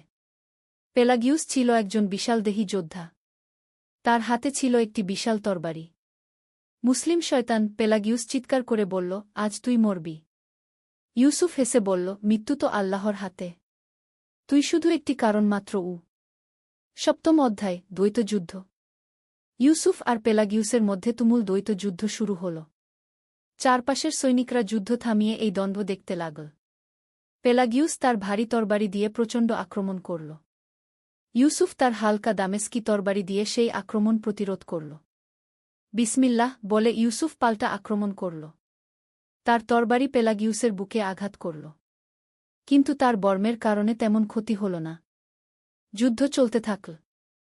ইউসুফ ক্লান্ত হয়ে পড়ছিল। তার শরীরে ক্ষত বেড়ে যাচ্ছিল। কিন্তু তার ঈমান অটুট ছিল। আল্লাহুম্মা আইজিদনি বিরুহিল কুদুস। হে আল্লাহ, পবিত্র রুহের দ্বারা আমাকে শক্তি দিন, সে দোয়া করল। হঠাৎ তার মনে পড়ল তার মায়ের কথা। মা বলেছিলেন, বেটা, সত্যের জন্য লড়াই করলে আল্লাহ সাহায্য করেন গু। নতুন শক্তি পেয়ে ইউসুফ আক্রমণ করল। এবার তার তরবারি পেলাগিউসের গলায় আঘাত করল। অষ্টম অধ্যায়, বিজয় নাকি পরাজয়। পেলাগিউস মাটিতে পড়ে গেল। তার মৃত্যুর সাথে সাথে খ্রিস্টান সেনারা হতাশ হয়ে পড়ল। কিন্তু মুসলিম বাহিনীও ততক্ষণে অনেক ক্ষতিগ্রস্ত হয়ে গেছে। ইউসুফ পেলাগিউসের মৃতদেহের কাছে দাঁড়িয়ে বলল, লা ইলাহা ইল্লাল্লাহু ওয়াহদাহু লা শারিকা লাহু, আল্লাহ ছাড়া কোনো উপাস্য নেই, তিনি এক, তার কোনো শরিক নেই। কিন্তু খ্রিস্টানদের সংখ্যা এখনও বেশি ছিল। তারা পাহাড়ের উঁচু স্থান থেকে আরও আক্রমণ করতে থাকল। সেনাপতি আব্দুল মালিক বুঝতে পারলেন যে এই অবস্থানে টিকে থাকা সম্ভব নয়। তিনি পিছু হটার নির্দেশ দিলেন। ইনশাআল্লাহ আমরা আবার ফিরে আসব, তিনি বললেন। আজকের এই পরাজয় আমাদের শিক্ষা দেবে গি। মুসলিম বাহিনী কৌশলে পিছু হটল। ইউসুফ সালমানের সাহায্যে একটি ঘোড়ায় চড়ল। নবম অধ্যায়, প্রত্যাবর্তন। ফেরার পথে মুসলিম সেনারা নীরব ছিল। অনেকেই হতাশ। কিন্তু ইউসুফের মুখে কোনো হতাশার ছাপ নেই। ভাই, আমরা তো হেরে গেছি, সালমান বলল। ইউসুফ হেসে বলল, আল্লাহ তায়ালা বলেছেন, ওয়া উখরা তুহিব্বুনাহা নাসরুন মিনাল্লাহি ওয়া ফাতহুন কারিব, আর আরেকটি বিষয় তোমরা পছন্দ কর, আল্লাহর সাহায্য ও আসন্ন বিজয়। আজকের এই পরীক্ষা আমাদের আরও শক্তিশালী করবে গে। পথে তারা দেখা পেল কিছু স্থানীয় মুসলিম যারা খ্রিস্টানদের অত্যাচারে পালিয়ে এসেছে। ইউসুফ তাদের সাহায্য করল। একজন বয়স্ক মানুষ বলল, বেটা, তোমরা আমাদের জন্য লড়েছ। আল্লাহ তোমাদের প্রতিদান দেবেন ঘে। দশম অধ্যায়, নতুন অঙ্গীকার। কর্ডোভায় ফিরে এসে ইউসুফ মসজিদে গেল। সেখানে ইমাম সাহেব তাকে দেখে বললেন, মুজাহিদ হওয়ার অর্থ শুধু যুদ্ধ জেতা নয়। মুজাহিদ হল সেই ব্যক্তি যে আল্লাহর রাহে সর্বদা সংগ্রাম করে কি। ইউসুফ নামাজ পড়ার পর দোয়া করল, রাব্বি আউজিনি আন আশকুরা নিমাতাকাল্লাতি আনামতা আলাইয়া ওয়া আলা ওয়ালিদাইয়া ওয়া আন আমালা সালিহান তারদাহু, হে আমার প্রতিপালক, আমাকে সামর্থ্য দিন যেন আমি আপনার সেই নিয়ামতের কৃতজ্ঞতা প্রকাশ করি যা আপনি আমার উপর এবং আমার পিতামাতার উপর দান করেছেন, আর যেন আমি এমন সৎকাজ করি যা আপনি পছন্দ করেন। তিনি মনে মনে অঙ্গীকার করলেন যে ইসলামের জন্য আরও কাজ করবেন। শুধু তরবারি দিয়ে নয়, গান দিয়ে, চরিত্র দিয়ে মানুষের সেবা করে। একাদশ অধ্যায়, শিক্ষা ও প্রস্তুতি। পরের কয়েক মাস ইউসুফ কুরআন ও হাদিস অধ্যয়নে মনোনিবেশ করল। তিনি বুঝতে পারলেন যে সত্যিকারের মুজাহিদ হতে হলে শুধু শারীরিক শক্তি নয়, আত্মিক শক্তিও দরকার। তিনি গরিব মুসলিমদের সাহায্য করতে শুরু করলেন। অনাথ শিশুদের লেখাপড়া শেখাতেন। মানুষজনকে ইসলামের সুন্দর শিক্ষা দিতেন। একদিন খবর এল যে উত্তর থেকে আবার খ্রিস্টান বাহিনী আক্রমণ করতে আসছে। এবার তাদের সাথে রয়েছে ফ্রাঙ্কিশ সেনারাও। আমির আব্দুর রহমান আবার মুজাহিদদের আহ্বান জানালেন। ইউসুফ আবার তার তরবারি নিয়ে প্রস্তুত হল। কিন্তু এবার তার মনে শুধু প্রতিশোধের আগুন নেই। তার মনে রয়েছে ইসলামের সেবা করার দৃঢ় সংকল্প। দ্বাদশ অধ্যায়, পুনর্বার যুদ্ধ। এবার মুসলিম বাহিনী আরও সুসংগঠিত।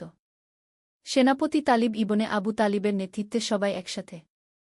যুদ্ধক্ষেত্র এবার ছিল তুলায় তুলার মাঠে। এখানে কোনো পাহাড় নেই, সমতল ভূমি। দুই বাহিনী মুখোমুখি। ইউসুফ এবার অশ্বারোহী বিভাগের একজন অফিসার। তার নেতৃত্বে ছিল ৫০ জন সৈনিক। যুদ্ধ শুরুর আগে সেনাপতি তালিব ভাষণ দিলেন, আমরা আল্লাহর দিনের জন্য লড়ছি। আমাদের শত্রুরা শুধু দুনিয়ার জন্য।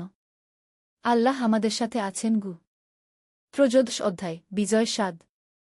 এবার যুদ্ধে মুসলিমদের পূর্ণ বিজয় হল। খ্রিস্টান ফ্রাঙ্কিশ মিত্র বাহিনী পরাজিত হয়ে পালিয়ে গেল। ইউসুফ এই যুদ্ধে অসাধারণ বীরত্ব দেখিয়েছিল।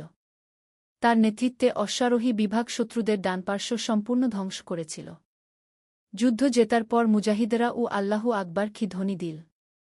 কিন্তু ইউসুফ সেজদায় পড়ে আল্লাহর শুকরিয়া আদায় করল। আলহামদুলিল্লাহি রাব্বিল আলামিন, সকল প্রশংসা আল্লাহর জন্য, যিনি সমস্ত জগতের প্রতিপালক।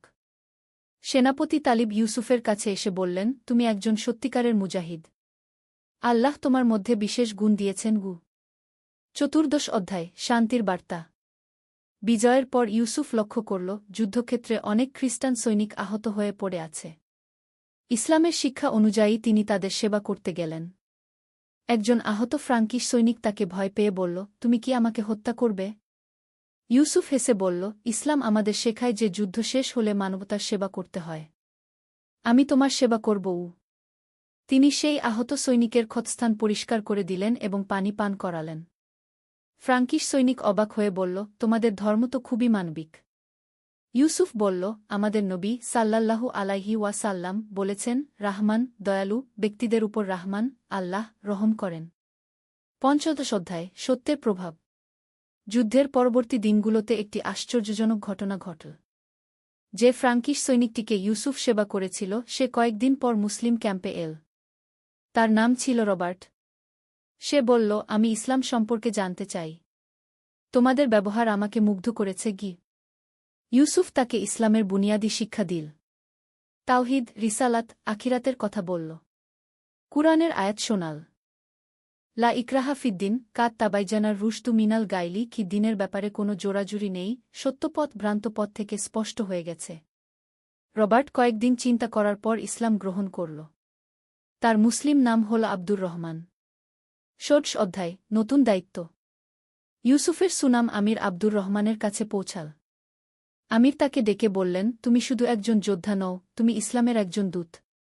আমি তোমাকে একটি বিশেষ দায়িত্ব দিতে চাই। আমির বললেন, উত্তরের পাহাড়ি অঞ্চলে অনেক গোত্র আছে। তারা এখনও ইসলাম সম্পর্কে সঠিক ধারণা পায়নি। তুমি সেখানে গিয়ে তাদের ইসলামের দাওয়াত দেবে। প্রয়োজনে তাদের রক্ষা করবে। ইউসুফ আনন্দিত হয়ে বলল, আমিরুল মুমিনিন, এটি আমার জন্য সম্মানের ব্যাপার। আমি এই দায়িত্ব পালন করব। আমির তাকে ৫০ জন নির্বাচিত মুজাহিদের একটি দল দিলেন। এদের মধ্যে ছিল সালমান এবং নমুসলিম আব্দুর রহমান, পূর্বে রবার্ট। সপ্তদশ অধ্যায়, পাহাড়ি অভিযান। ইউসুফ তার দল নিয়ে উত্তরের পাহাড়ি অঞ্চলে রওনা দিল। এই অঞ্চলে বিভিন্ন গোত্র বাস করত। তারা মূলত পশুপালন ও কৃষিকাজ করত। প্রথম যে গ্রামে তারা পৌঁছাল সেখানকার গ্রামবাসীরা তাদের দেখে ভয় পেল। তারা ভাবল হয়তো এরা তাদের উপর হামলা করতে এসেছে। ইউসুফ একা হাতে গিয়ে গ্রামের প্রধানের সাথে কথা বলল। তিনি বলল, আমরা যুদ্ধ করতে আসিনি। আমরা এসেছি শান্তির বার্তা নিয়ে। গ্রামের প্রধান মার্তিন বলল, তোমরা মুসলমান। তোমাদের কথা আমরা শুনেছি। ইউসুফ বলল, আমাদের সম্পর্কে যা শুনেছেন আমরা আসলে কেমন তা নিজে দেখুন। অষ্টাদশ অধ্যায়, বিশ্বাসের ভিত্তি। ইউসুফ এবং তার সাথীরা সেই গ্রামে কয়েকদিন অবস্থান করল। তারা গ্রামবাসীদের সাহায্য করল, তাদের সাথে খাবার ভাগ করে খেল, অসুস্থদের সেবা করল। গ্রামে একটি শিশু গুরুতর অসুস্থ ছিল। ইউসুফ তার সেবা করল এবং ইসলামিক চিকিৎসা পদ্ধতিতে তাকে সুস্থ করে তুলল। শিশুটির মা খুশি হয়ে বলল, তোমরা দেবদূতের মতো। ইউসুফ হেসে বলল, আমরা সাধারণ মানুষ। কিন্তু আমাদের ধর্ম আমাদের শিখিয়েছে মানুষের সেবা করতে গু। ধীরে ধীরে গ্রামবাসীরা ইউসুফদের বিশ্বাস করতে শুরু করল। তারা ইসলাম সম্পর্কে জানতে আগ্রহী হল। ১৯ অধ্যায় সত্যের আলো। একদিন সন্ধ্যায় ইউসুফ গ্রামবাসীদের নিয়ে বসল। তিনি তাদের ইসলামের মূল নীতিগুলো বুঝিয়ে বলল। ইসলাম মানে শান্তি। আমরা একমাত্র আল্লাহর ইবাদত করি, যিনি সবকিছুর স্রষ্টা। আমরা বিশ্বাস করি সব মানুষ সমান। কেউ জন্মসূত্রে উঁচু বা নিচু নয়। তিনি কুরআনের আয়াত পড়লেন, ইয়া আইজুহান নাসু ইন্না খালাকনাকুম মিন জাকারিন ওয়া উনসা ওয়া জাআলনাকুম শুবান ওয়া কাবাইলা লিতাআরাফু, হে মানুষ, আমি তোমাদের পুরুষ ও নারী থেকে সৃষ্টি করেছি এবং তোমাদের বিভিন্ন জাতি ও গোত্রে বিভক্ত করেছি যাতে তোমরা পরস্পরে পরিচিত হতে পার। গ্রামের যুবক পেদ্রো বলল, এই শিক্ষা তো খুবই সুন্দর। ২০ অধ্যায় হৃদয়ের পরিবর্তন। কয়েক সপ্তাহ পর গ্রামের অনেকেই ইসলাম গ্রহণ করল। তারা দেখেছিল ইউসুফ এবং তার সাথীদের সততা, দয়া এবং ন্যায়পরায়ণতা। গ্রামের প্রধান মার্তিন নিজেও ইসলাম গ্রহণ করে তার নাম রাখল মুহাম্মদ। কিন্তু একদিন খবর এল যে পাশের উপত্যকায় একদল দস্যু গ্রামবাসীদের উপর হামলা করে তাদের সম্পদ লুট করছে। নতুন মুসলিম গ্রামবাসীরা ইউসুফের কাছে সাহায্য চাইল। ইউসুফ বলল, আমাদের ধর্ম অন্যায়ের বিরুদ্ধে লড়াই করতে বলে। আমরা নিরীহ মানুষদের রক্ষা করব। ২১ অধ্যায় ন্যায়ের জন্য লড়াই। ইউসুফ তার ৫০ জনের দল এবং গ্রামের কিছু সক্ষম পুরুষ নিয়ে দস্যুদের বিরুদ্ধে অভিযান পরিচালনা করল। দস্যুদের আড্ডাখানা ছিল একটি গুহায়। তারা সংখ্যায় প্রায় ৮০ জন। যুদ্ধ শুরুর আগে ইউসুফ তাদের আত্মসমর্পণের সুযোগ দিল। তিনি বলল, তোমরা যদি লুণ্ঠিত সম্পদ ফেরত দাও এবং নিরীহ মানুষদের কষ্ট দেওয়া বন্ধ কর, আমরা তোমাদের ক্ষমা করব। দস্যুদের নেতা হাসতে হাসতে বলল, আমরা কেন তোমাদের কথা শুনব? ইউসুফ দুঃখিত হয়ে বলল, তাহলে আল্লাহর ইচ্ছায় যুদ্ধই হোক। ২২ অধ্যায় সত্যের বিজয়। যুদ্ধে মুসলিম বাহিনীর সম্পূর্ণ জয় হল। দস্যুরা পরাজিত হয়ে পালিয়ে গেল। তাদের অনেকেই আহত হল, কিন্তু ইউসুফ তাদেরও চিকিৎসার ব্যবস্থা করল। লুণ্ঠিত সম্পদ সব খুঁজে বের করে আসল মালিকদের কাছে ফেরত দেওয়া হল। এই ঘটনার পর পুরো পাহাড়ি অঞ্চলে ইউসুফের সুনাম ছড়িয়ে পড়ল। বিভিন্ন গ্রাম থেকে মানুষ আসতে শুরু করল ইসলাম সম্পর্কে জানার জন্য। অনেকেই ইসলাম গ্রহণ করল। যারা করল না, তারাও মুসলিমদের সাথে শান্তিতে বসবাস করতে শুরু করল। ২৩ অধ্যায় প্রত্যাবর্তন। ২ বছর পর ইউসুফ কর্ডোভায় ফিরে এল। আমির আব্দুর রহমান তার কাজে খুশি হয়ে বললেন, তুমি তরবারি দিয়ে যা করতে পারনি, তা করেছ ভালোবাসা দিয়ে। ইউসুফ বলল, আমিরুল মুমিনিন, ইসলামের সত্যিকারের শক্তি তার সুন্দর শিক্ষার মধ্যে। যুদ্ধ শুধু আত্মরক্ষার জন্য। আমির তাকে একটি বিশেষ দায়িত্ব দিলেন, আল-আন্দালুসে ইসলামী শিক্ষা প্রতিষ্ঠানের দেখাশোনা। ইউসুফ আনন্দের সাথে এই দায়িত্ব গ্রহণ করল। ২৪ অধ্যায় নতুন অধ্যায়।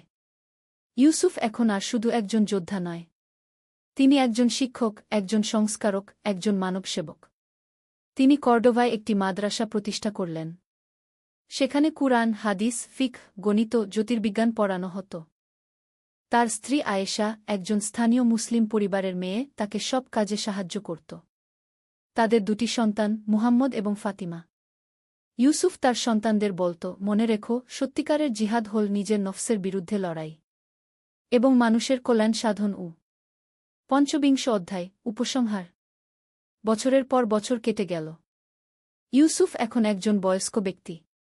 তার চুলদাড়ি সাদা হয়ে গেছে, কিন্তু তার চোখে এখনও সেই তেজ।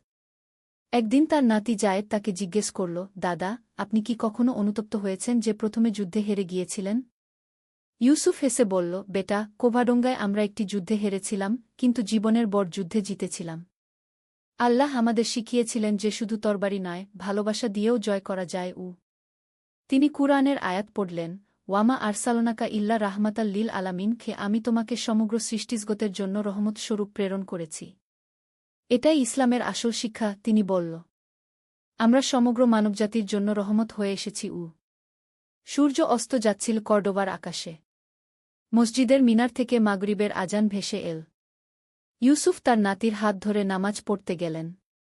তার হৃদয়ে শুধু একটাই দোয়া, রাব্বানা আতিনা ফিদ দুনিয়া হাসানাতান ওয়া ফিল আখিরাতি হাসানাতান ওয়া কিনা আজাবান নার, গুহে আমাদের প্রতিপালক, আমাদের দুনিয়ায় কল্যাণ দিন, আখিরাতে কল্যাণ দিন এবং জাহান্নামের আজাব থেকে রক্ষা করুন। সমাপ্ত। এই গল্পটি কাল্পনিক, তবে ইতিহাসের সত্যিকারের ঘটনা এবং ইসলামের সুন্দর শিক্ষা দ্বারা অনুপ্রাণিত। এর মূল বার্তা হল যে সত্যিকারের জিহাদ শুধু যুদ্ধ নয়, বরং মানবতার সেবা এবং সত্যের প্রচার। নূরের আলো একটি ইসলামিক গল্প। প্রথম অধ্যায়, শুরুর কথা। ঢাকার পুরাতন অংশে একটি ছোট্ট গলির মধ্যে বাস করত নূর নামের একটি ছেলে। তার বয়স মাত্র ১২ বছর, কিন্তু তার চোখে ছিল এমন একটি গভীরতা যা তার বয়সের চেয়ে অনেক বেশি প্রজ্ঞার কথা বলত। নূরের বাবা একজন দরিদ্র রিকশাওয়ালা, আর মা একটি সেলাই কারখানায় কাজ করে। তাদের সংসারে অভাব ছিল, কিন্তু ঈমান ও আল্লাহর উপর ভরসা ছিল অটুট। প্রতিদিন ভোরে আয়ানের শব্দে ঘুম ভেঙে যেত নূরের। সে উঠে অজু করে ফজরের নামাজ পড়ত। তার মা আমিনা খাতুন তাকে ছোটবেলা থেকেই শিখিয়েছিলেন যে, বেটা, নামাজ হচ্ছে মুমিনের জন্য আল্লাহর সাথে কথা বলার সবচেয়ে সুন্দর উপায়। এই ৫ ওয়াক্ত নামাজই তোমাকে জীবনের সব অন্ধকার থেকে বাঁচাবে গু। নূর প্রতিদিন স্কুলে যেত পায়ে হেঁটে। তাদের রিকশা ভাড়া দেওয়ার মতো টাকা ছিল না। কিন্তু সে কখনো অভিযোগ করত না। বরং রাস্তায় হাঁটতে হাঁটতে সে আল্লাহর সৃষ্টির সৌন্দর্য দেখত, গাছের পাতায় শিশিরের ফোঁটা, আকাশে ভেসে যাওয়া মেঘ, পাখির কলকাকলি। সবকিছুতেই সে আল্লাহর মহত্ব খুঁজে পেত। স্কুলে নূরের বেশ কয়েকজন বন্ধু ছিল। তাদের মধ্যে সবচেয়ে ভালো বন্ধু ছিল করিম। করিমের বাবা একজন ব্যবসায়ী, তাদের সংসারে অভাব ছিল না।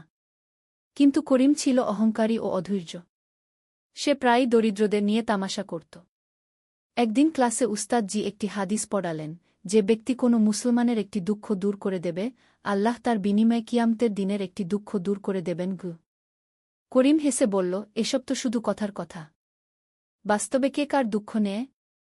নূর চুপচাপ শুনছিল। সে জানত যে রাসূলুল্লাহ এর প্রতিটি কথা সত্য এবং বাস্তব জীবনে প্রযোগযোগ্য। দ্বিতীয় অধ্যায়, পরীক্ষার সময়। স্কুল ছুটির পর নূর বাড়ি ফেরার পথে একটি অদ্ভুত দৃশ্য দেখল। একজন বৃদ্ধ লোক রাস্তার পাশে বসে কাঁদছেন। তার পাশে একটি ছোট মেয়ে, বয়স হবে ৭-৮ বছর। মেয়েটিও কাঁদছিল। নূর কাছে গিয়ে জিজ্ঞেস করল, চাচা, কি হয়েছে? কেন কাঁদছেন? বৃদ্ধ লোকটি আব্দুল করিম নামে পরিচিত ছিলেন। তিনি ছিলেন একজন দিনমজুর। তার স্ত্রী মারা গেছেন ৫ বছর আগে। এই ছোট্ট মেয়েটি তার নাতনি ফাতিমা। ছেলেবউ দুর্ঘটনায় মারা যাওয়ার পর থেকে ফাতিমা তার কাছেই থাকে। বাবা কান্নাজড়িত গলায় বললেন, আব্দুল করিম, আজ ৩ দিন হলো কাজ পাচ্ছি না। বাড়ি ভাড়া দিতে পারিনি। বাড়িওয়ালা আমাদের বের করে দিয়েছে। এখন কোথায় যাব? এই ছোট মেয়েটা না খেয়ে আছে কাল রাত থেকে গু। নূরের হৃদয় ভেঙে গেল। সে তার পকেট থেকে বের করল মাত্র ৫০ টাকা। এটা ছিল তার সপ্তাহের খরচের জন্য মায়ের দেওয়া টাকা। কিন্তু ফাতিমার ক্ষুধার্ত চোখ দেখে সে আর ভাবতে পারল না। চাচা, এই টাকা নিন। অন্তত ফাতিমার জন্য কিছু খাবার কিনুন গু। আব্দুল করিম অবাক হয়ে তাকালেন। বাবা, তুমি নিজেও তো গরিব ঘরের ছেলে। তোমার নিজেরই প্রয়োজন খু। নূর মাথা নাড়ল। চাচা, রাসূলুল্লাহ বলেছেন, তোমাদের কেউ ততক্ষণ পর্যন্ত পূর্ণ ঈমানদার হতে পারবে না, যতক্ষণ না সে তার ভাইয়ের জন্য তাই পছন্দ করে, যা নিজের জন্য পছন্দ করে। আপনি আমার দাদার মতো। ফাতিমা আমার বোনের মতো। আমি কিভাবে ক্ষুধার্ত থাকতে দেখব? সেদিন নূর না খেয়ে ঘুমিয়েছিল। কিন্তু তার মনে ছিল অপার শান্তি। তৃতীয় অধ্যায়, চ্যালেঞ্জ। পরের দিন স্কুলে করিম লক্ষ্য করল নূর খুবই দুর্বল দেখাচ্ছে। টিফিনের সময়ও সে কিছু খেল না। কি হয়েছে নূর?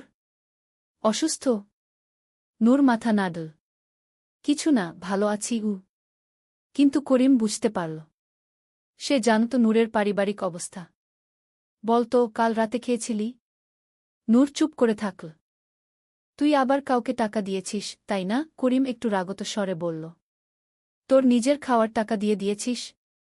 নূর বলল, করিম, তুমি তো উস্তাদ জির হাদিসটা শুনেছিলে। আমি শুধু সেটাই প্রযোগ করেছি। হাদিস প্রযোগ করতে গিয়ে নিজে মরবি? করিম বিরক্তিতে বলল।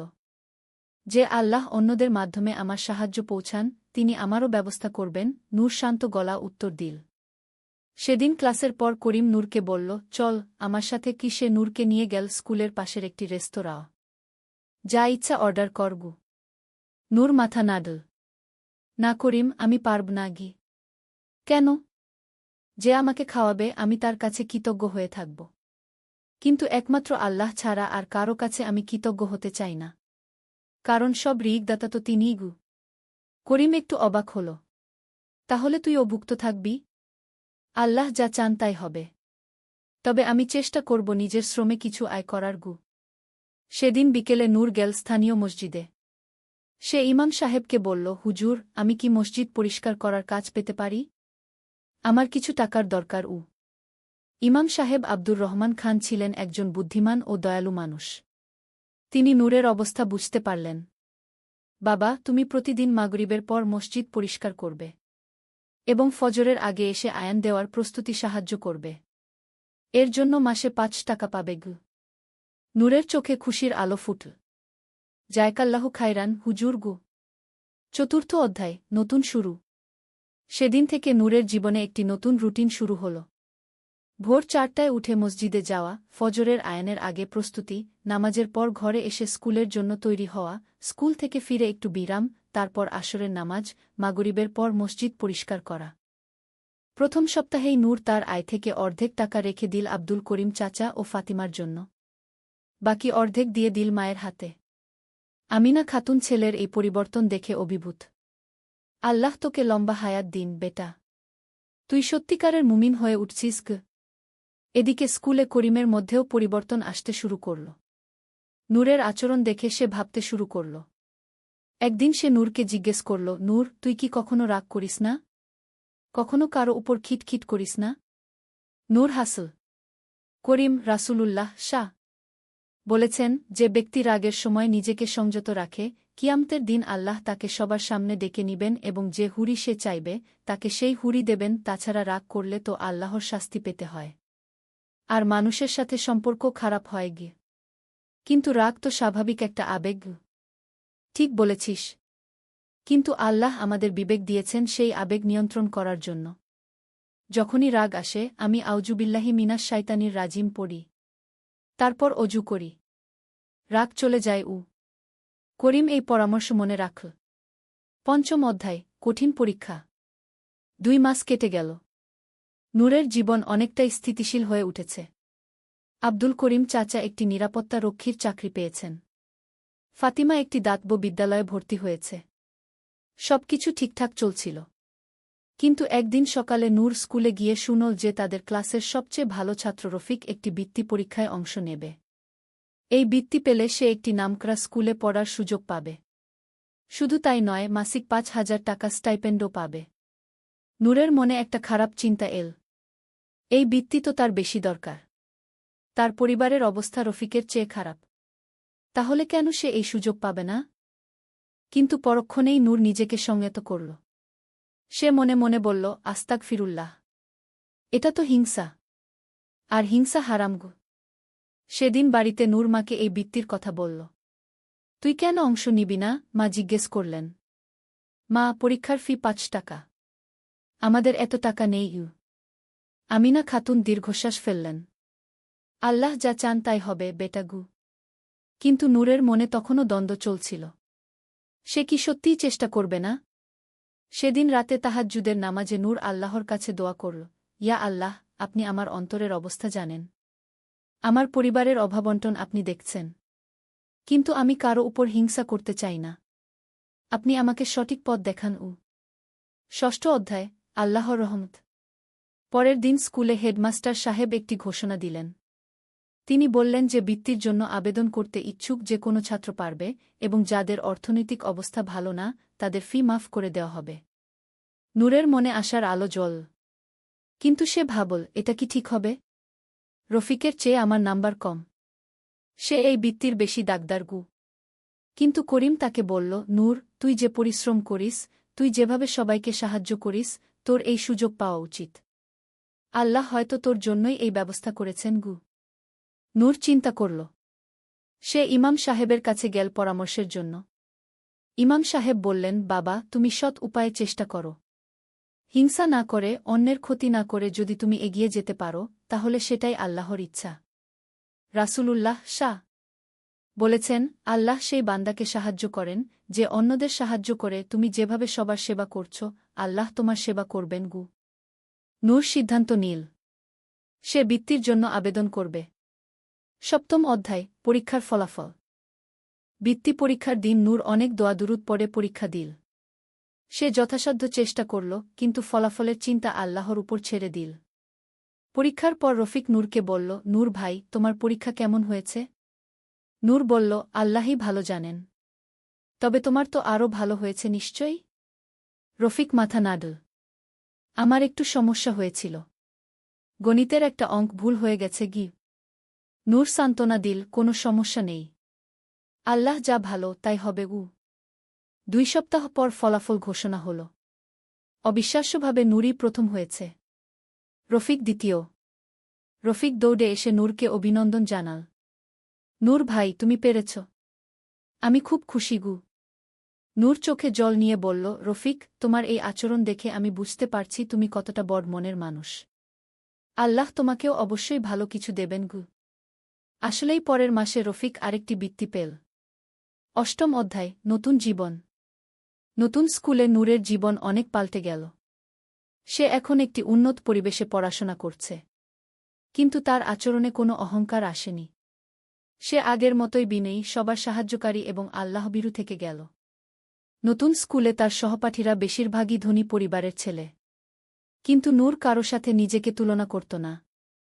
সে মনে রাখত হাদিসের কথা, তোমাদের নিচের দিকে তাকাও, উপরের দিকে নয়। এতে আল্লাহর নেয়ামতের প্রতি তোমাদের কৃতজ্ঞতা বেড়ে যাবে। নতুন স্কুলে আরিফ নামে একটি ছেলে ছিল যে ধূমপান করত এবং অন্যদেরও এতে উৎসাহিত করত। একদিন সে নূরকে বলল, এই নূর, চল একটা সিগারেট খাই। কেমন লাগে দেখি গু। নূর ভদ্রভাবে মাথা নাড়ল। না ভাই, আমি খাই না গে। কেন? ধর্মের ভয়। শুধু ধর্মের ভয় নয়। আমি জানি এটা আমার স্বাস্থ্যের জন্য ক্ষতিকর। আর আল্লাহ যে শরীর দিয়েছেন সেটার যত্ন নেওয়া আমার দায়িত্ব। তাছাড়া এই টাকা দিয়ে কোনো গরিব মানুষের উপকার করা যায় গু। আরিফ একটু ভাবল। নূরের কথায় যুক্তি ছিল। ধীরে ধীরে নূরের প্রভাবে আরিফও পরিবর্তন হতে শুরু করল। 9ম অধ্যায়, মহান শিক্ষা। নূর এখন 9ম শ্রেণীতে। তার পড়াশোনার পাশাপাশি সামাজিক কাজেও অংশগ্রহণ করার সুযোগ পেল। স্কুলের একটি সেবা সংগঠনে যোগ দিল। প্রতি শুক্রবার তারা দরিদ্র পরিবারে খাবার বিতরণ করত। একদিন এই সেবা কার্যক্রমে নূর দেখল পরিচিত একটি মুখ, আব্দুল করিম চাচা এবং ফাতিমা। তারাও এই খাবার বিতরণের জন্য এসেছে। নূর দৌড়ে গিয়ে চাচাকে জড়িয়ে ধরল। চাচা, আপনি এখানে? আব্দুল করিম বললেন, বাবা, চাকরি হারিয়েছি 2 সপ্তাহ আগে। কোম্পানি বন্ধ হয়ে গেছে। এখন আবার সেই পুরনো অবস্থা গু। নূরের চোখে জল এসে গেল।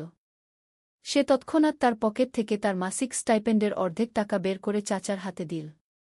চাচা, এই টাকা নিন। আর চিন্তা করবেন না, আল্লাহ আছেন গু। কিন্তু আব্দুল করিম টাকা ফেরত দিলেন। না বাবা, তুমি এখন পড়াশোনা করছ। তোমার নিজেরই টাকার দরকার। আল্লাহ আমার রিজিকের ব্যবস্থা করবেন গু। নূর জোর করে টাকা তার হাতে রাখল। চাচা, একবার আপনি আমাকে শিখিয়েছিলেন যে সাহায্য নেওয়াও এক ধরনের ইবাদত। কারণ এতে সাহায্যকারীর সোয়াব হয়। আপনি আমার সোয়াবের পথে বাধা হবেন? আব্দুল করিম হেসে ফেললেন। তুমি ছোটবেলা থেকেই বুদ্ধিমান ছিলে গু। সেদিন রাতে নূর আল্লাহর কাছে বিশেষভাবে দোয়া করল। ইয়া রাব্বাল আলামিন, আব্দুল করিম চাচার জন্য একটি ভালো চাকরির ব্যবস্থা করে দিন গু। 10ম অধ্যায়, দোয়ার শক্তি। আল্লাহর অপার রহমতে মাত্র 1 সপ্তাহ পরে আব্দুল করিম একটি সরকারি হাসপাতালে নিরাপত্তা রক্ষীর চাকরি পেলেন। বেতন আগের চেয়ে ভালো, আর চাকরিটাও স্থায়ী। এই খবর শুনে নূর সিজদায় পড়ে গেল। আলহামদুলিল্লাহি রাব্বিল আলামিন গু। কিন্তু আল্লাহর পরীক্ষা এখানেই শেষ নয়। কয়েক মাস পর নূরের বাবা রিকশা চালাতে গিয়ে একটি দুর্ঘটনার শিকার হলেন। তার পা ভেঙে গেল। ডাক্তার বললেন কমপক্ষে 3 মাস কাজ করতে পারবেন না। এই সময় পুরো পরিবারের দায়িত্ব এসে পড়ল নূরের উপর। তার মায়ের আয় ছিল খুবই কম। স্টাইপেন্ডের টাকা দিয়ে সংসার চালানো মুশকিল। নূর ইমাম সাহেবের কাছে গেল। হুজুর, আমি কি আগের মতো মসজিদের কাজ করতে পারি? অতিরিক্ত কিছু আয়ের দরকার। ইমাম সাহেব বললেন, অবশ্যই পারবে। তবে তোর পড়াশোনার ক্ষতি যেন না হয়। আল্লাহ যে সুযোগ দিয়েছেন সেটা নষ্ট করিস না গিয়ে। নূর এবার আরও কঠোর পরিশ্রম শুরু করল। ভোর 4টায় উঠে মসজিদের কাজ, তারপর স্কুল, বিকেলে আবার মসজিদ। রাতে বাড়িতে পড়াশোনা। কিন্তু এত চাপের মধ্যেও নূর কখনো তার নামাজ, কুরআন তিলাওয়াত ছাড়েনি। সে জানত এগুলোই তার শক্তির উৎস। একাদশ অধ্যায়, বন্ধুত্বের পরীক্ষা। এই কঠিন সময়ে নূরের বন্ধুরা তার পাশে দাঁড়াল। করিম, যে একসময় অহংকারী ছিল, সে এখন নূরের সবচেয়ে ভালো বন্ধু। সে নিয়মিত নূরের পরিবারে খোঁজখবর নিত। রফিক তার টিউশনির টাকা থেকে প্রতি মাসে কিছু টাকা পাঠাত নূরের বাবার চিকিৎসার জন্য। আরিফ, যে একসময় ধূমপান করত, সে এখন সম্পূর্ণ পাল্টে গেছে। সেও নূরের পরিবারকে সাহায্য করতে চাইল। কিন্তু নূর বলল, বন্ধুরা, তোমাদের সাহায্যের জন্য আমি কৃতজ্ঞ। কিন্তু আমি চাই না তোমাদের নিজেদের কষ্ট হোক। আল্লাহ আমাদের যতটুকু দিয়েছেন তা দিয়েই আমরা চলবগু। করিম বলল, নূর, তুই আমাদের অনেক কিছু শিখিয়েছিস। তোর কাছ থেকে শিখেছি যে সাহায্য করা আসলে নিজেরই উপকার। আমরা তোকে সাহায্য করে আসলে আল্লাহর কাছে সোয়াব কামাই করছি। এই কথা শুনে নূর আর আপত্তি করল না। দ্বাদশ অধ্যায়, মাতৃভূমির সেবা। নূর এখন 10ম শ্রেণীতে। তার পড়াশোনা খুব ভালো চলছে। বাবার পাও প্রায় সেরে গেছে। পরিস্থিতি আস্তে আস্তে স্বাভাবিক হয়ে আসছে। এই সময় দেশে একটি বন্যা হল। অনেক মানুষ ক্ষতিগ্রস্ত হল। স্কুল থেকে একটি ত্রাণ কমিটি গঠন করা হল। নূর এই কমিটির সদস্য হল। কমিটি যখন বন্যাক্রান্ত এলাকায় গেল, নূর দেখল সেখানকার অবস্থা তার নিজের পরিবারের পুরনো অবস্থার চেয়েও খারাপ। মানুষের কাছে খাওয়ার জন্য কিছু নেই, পরার মতো কাপড় নেই। নূর তার সঙ্গে আনা সব জিনিস বিতরণ করে দিল। শুধু তাই নয়, সে তার নিজের পরনের একটি শার্টও একটি ছোট বাচ্চাকে দিয়ে দিল, যার গায়ে ছেঁড়া একটি জামা ছাড়া আর কিছু ছিল না। করিম বলল, নূর, তুই তো নিজের জামাও দিয়ে দিলি গু। নূর বলল, আমার কাছে আরও আছে। কিন্তু এই বাচ্চাটার কাছে তো এটাই একমাত্র সেদিন রাতে ত্রাণ শিবিরে থাকতে হল। নূর দেখল অনেক মানুষ রাতে ক্ষুধার্ত ঘুমাচ্ছে। সে তার রাতের খাবার ভাগ করে কয়েকটি বাচ্চাকে দিল। ত্রয়োদশ অধ্যায়, নেতৃত্বের গুণ। বন্যার পর নূরের মধ্যে নেতৃত্বের গুণ আরও প্রকাশিত হতে শুরু করল। সে স্কুলে একটি কুসেবা সংঘও গঠন করল। এই সংঘের উদ্দেশ্য ছিল নিয়মিত দরিদ্র ও অসহায়দের সেবা করা। প্রতি সপ্তাহে তারা এতিমখানা, বৃদ্ধাশ্রম, হাসপাতাল পরিদর্শন করত। শিক্ষার্থীরা তাদের পকেট মানি থেকে অল্প অল্প করে জমিয়ে এই কাজের জন্য ফান্ড তৈরি করত। প্রিন্সিপাল সাহেব নূরের এই উদ্যোগে খুশি হয়ে তাকে স্কুলের ছাত্রনেতা নির্বাচিত করলেন। কিন্তু নূর এই পদটি নিতে দ্বিধা করল। সে প্রিন্সিপাল সাহেবকে বলল, স্যার, আমি একটা সাধারণ ছাত্র। নেতা হওয়ার যোগ্যতা আমার আছে কি? প্রিন্সিপাল সাহেব হাসলেন। নূর, রাসূলুল্লাহ শাহ বলেছেন, তোমাদের মধ্যে সেই ব্যক্তিই সর্বোত্তম নেতা, যে মানুষের সেবা করে। তুমি যেভাবে সবার সেবা করছ, তুমি এই দায়িত্বের সবচেয়ে উপযুক্ত। নূর দায়িত্ব নিল, কিন্তু সে সবসময় মনে রাখত যে এটা একটা আমানত। সে কখনো এই পদের অপব্যবহার করেনি। চতুর্দশ অধ্যায়, জীবনের দর্শন। নূর এখন একাদশ শ্রেণীতে। তার বন্ধুরা ভবিষ্যতের ক্যারিয়ার নিয়ে চিন্তা করছে। কেউ ডাক্তার হতে চায়, কেউ ইঞ্জিনিয়ার, কেউ ব্যবসায়ী। একদিন করিম নূরকে জিজ্ঞেস করল, নূর, তুই কি হতে চাস? নূর চিন্তা করল। তারপর বলল, আমি এমন একটা পেশা বেছে নিতে চাই যেখানে আমি মানুষের সেবা করতে পারব। হতে পারে ডাক্তার, হতে পারে শিক্ষক, হতে পারে সমাজসেবক। আসল কথা হল, যে পেশাই করি না কেন, সেটা যেন হয় মানুষের কল্যাণের জন্য। আরিফ বলল, কিন্তু টাকা পয়সার কথা ভাবিস না? নূর হাসল। রাসূলুল্লাহ শাহ বলেছেন, যে ব্যক্তি আখিরাতকে প্রাধান্য দেয়, আল্লাহ তার দুনিয়ার কাজকে সহজ করে দেন। আমি বিশ্বাস করি, সৎভাবে কাজ করলে আল্লাহ রিজিকের ব্যবস্থা করবেন। এই কথাগুলো শুনে তার বন্ধুরাও তাদের জীবনের লক্ষ্য নিয়ে ভাবতে শুরু করল। পঞ্চদশ অধ্যায়, বিয়ের প্রস্তাব। নূর যখন দ্বাদশ শ্রেণীতে, তখন একদিন তার মা একটি বিয়ের প্রস্তাব নিয়ে এলেন। মেয়েটি হাফেজা, একটি মাদ্রাসার ছাত্রী। পরিবারটিও ধর্মপ্রাণ। কিন্তু মা, আমি তো এখনও পড়াশোনা শেষ করিনি, নূর বলল। বেটা, তারা বলেছে তোর পড়াশোনা শেষ হওয়া পর্যন্ত অপেক্ষা করবে। শুধু এখন নিকাহ পড়িয়ে দিতে চায়। নূর ভাবল, ইসলামে বিয়ে একটি গুরুত্বপূর্ণ ইবাদত। এটা মানুষকে গুনাহ থেকে বাঁচায়। সে ইস্তিখারার নামাজ পড়ল। তারপর সিদ্ধান্ত নিল যে এই প্রস্তাব গ্রহণ করবে। নিকাহের দিন নূর খুব সাদামাটা অনুষ্ঠান করল। বেশি খরচ করল না। তার মতে, বিয়েতে অপচয় করার চেয়ে সেই টাকা দিয়ে গরিবদের সাহায্য করা ভালো। ষোড়শ অধ্যায়, নতুন দায়িত্ব। বিশ্ববিদ্যালয়ে নূর সমাজবিজ্ঞান বিষয়ে পড়তে শুরু করল। তার স্বপ্ন ছিল একজন সমাজকর্মী হওয়ার। বিশ্ববিদ্যালয়ে এসে সে দেখল এখানে নানা ধরনের রাজনীতি আছে। কিছু ছাত্র আছে যারা অন্যায় কাজে জড়িত। কিন্তু নূর সব ধরনের অন্যায় থেকে দূরে থাকল। সে বিশ্ববিদ্যালয়েও একটি সেবা সংগঠন গড়ল। এই সংগঠনের মাধ্যমে তারা আশেপাশের গ্রামগুলোতে সাক্ষরতা কর্মসূচি চালাত। তার স্ত্রী জায়নাবও এই কাজে তাকে সাহায্য করত। সে মহিলাদের কুরআন ও হাদিস শেখাত। একদিন একজন রাজনৈতিক নেতা নূরের কাছে এসে বলল, তুমি তো ভালো কাজ করছ, আমাদের দলে যোগ দাও, আমরা তোমাকে অনেক সুবিধা দিতে পারব। নূর বিনয়ের সাথে প্রত্যাখ্যান করল, স্যার, আমি রাজনীতিতে আগ্রহী নই, আমি শুধু মানুষের সেবা করতে চাই। কিন্তু রাজনীতি না করলে সমাজ পরিবর্তন করা যায় না। হয়তো আপনি ঠিক বলছেন, কিন্তু আমি মনে করি প্রথমে নিজেকে পরিবর্তন করতে হয়, তারপর পরিবারকে, তারপর সমাজকে। রাসূলুল্লাহ সা ও এভাবেই শুরু করেছিলেন কি? সপ্তদশ অধ্যায়, পিতা হওয়ার আনন্দ। বিশ্ববিদ্যালয়ের তৃতীয় বর্ষে নূর পিতা হলেন। তার ছেলের নাম রাখলেন ইব্রাহিম। এই নাম রাখার পেছনে কারণ ছিল, ইব্রাহিম ছিলেন আল্লাহর খলিল বা বন্ধু। নূরও চাইত তার ছেলে আল্লাহর একজন প্রিয় বান্দা হয়ে উঠুক। পিতা হওয়ার পর নূরের দায়িত্ববোধ আরও বেড়ে গেল।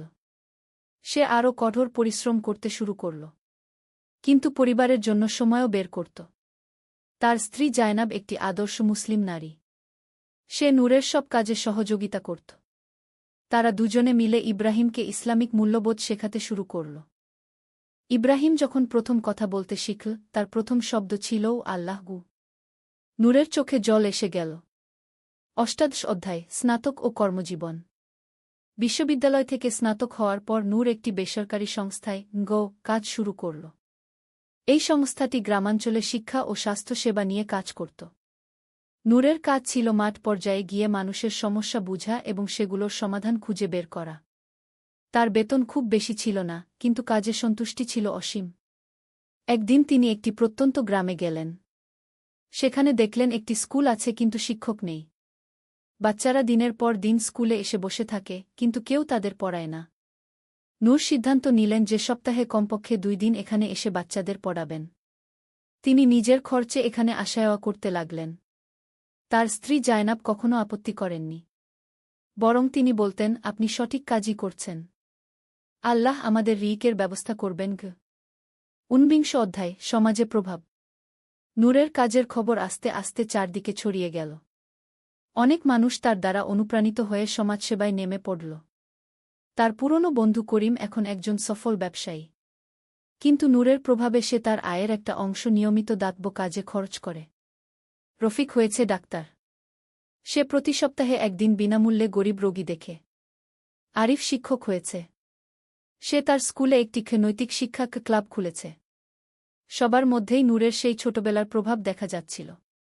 আব্দুল করিম চাচা এখন অবসর নিয়েছেন। ফাতিমা বড় হয়ে একজন শিক্ষিত মেয়ে হয়েছে। সে এখন একটি স্কুলে শিক্ষক। একদিন ফাতিমা নূরের কাছে এসে বলল, নূর ভাই, আপনি আমার জীবনটা বাঁচিয়েছিলেন। সেদিন আপনি যদি সাহায্য না করতেন, আজ আমি হয়তো শিক্ষিত হতে পারতাম না। নূর বলল, ফাতিমা, এসব আল্লাহর ফজল, আমি শুধু একটা মাধ্যম ছিলাম। 20 অধ্যায়, জীবনের শেষ অধ্যায়। বয়স বাড়ার সাথে সাথে নূরের কাজের ক্ষেত্র আরও বিস্তৃত হল। তিনি এখন একটি বড় দাতব্য সংস্থার প্রধান। কিন্তু তার আচরণে কোনো পরিবর্তন আসেনি। তিনি আগের মতোই বিনয়ী, সাদাসিধে এবং আল্লাহভীরু। তার ছেলে ইব্রাহিম এখন 20 বছর বয়স। সেও বাবার পথ অনুসরণ করছে। সে মেডিকেল কলেজে পড়ছে, কিন্তু পড়াশোনার পাশাপাশি সমাজসেবাতেও সক্রিয়। একদিন ইব্রাহিম তার বাবাকে জিজ্ঞেস করল, আব্বা, আপনি জীবনে কখনো হতাশ হননি? নূর মৃদু হেসে বলল, বেটা, হতাশা তো মানুষের স্বাভাবিক আবেগ। কিন্তু আমি সবসময় মনে রেখেছি রাসূলুল্লাহ সাঃ এর একটি কথা, আল্লাহর রহমত থেকে নিরাশ হজো না। আর আমি দেখেছি, যখনই কোনো সমস্যায় পড়েছি, আল্লাহ কোনো না কোনোভাবে সমাধান করে দিয়েছেন। কিন্তু কখনো মনে হয়নি যে আপনি অনেক ত্যাগ করেছেন? ত্যাগ? না বেটা, আমি যা পেয়েছি তার তুলনায় যা দিয়েছি তা খুবই কম। আল্লাহ আমাকে দিয়েছেন একটি সুন্দর পরিবার, তোমার মতো একটি ভালো ছেলে, সমাজের সম্মান এবং সবচেয়ে বড় কথা, মানুষের দোয়া। এর চেয়ে বড় সম্পদ আর কি হতে পারে? ১ অধ্যায় উত্তরাধিকার। নূর এখন ৫০ বছর বয়সে পৌঁছেছেন।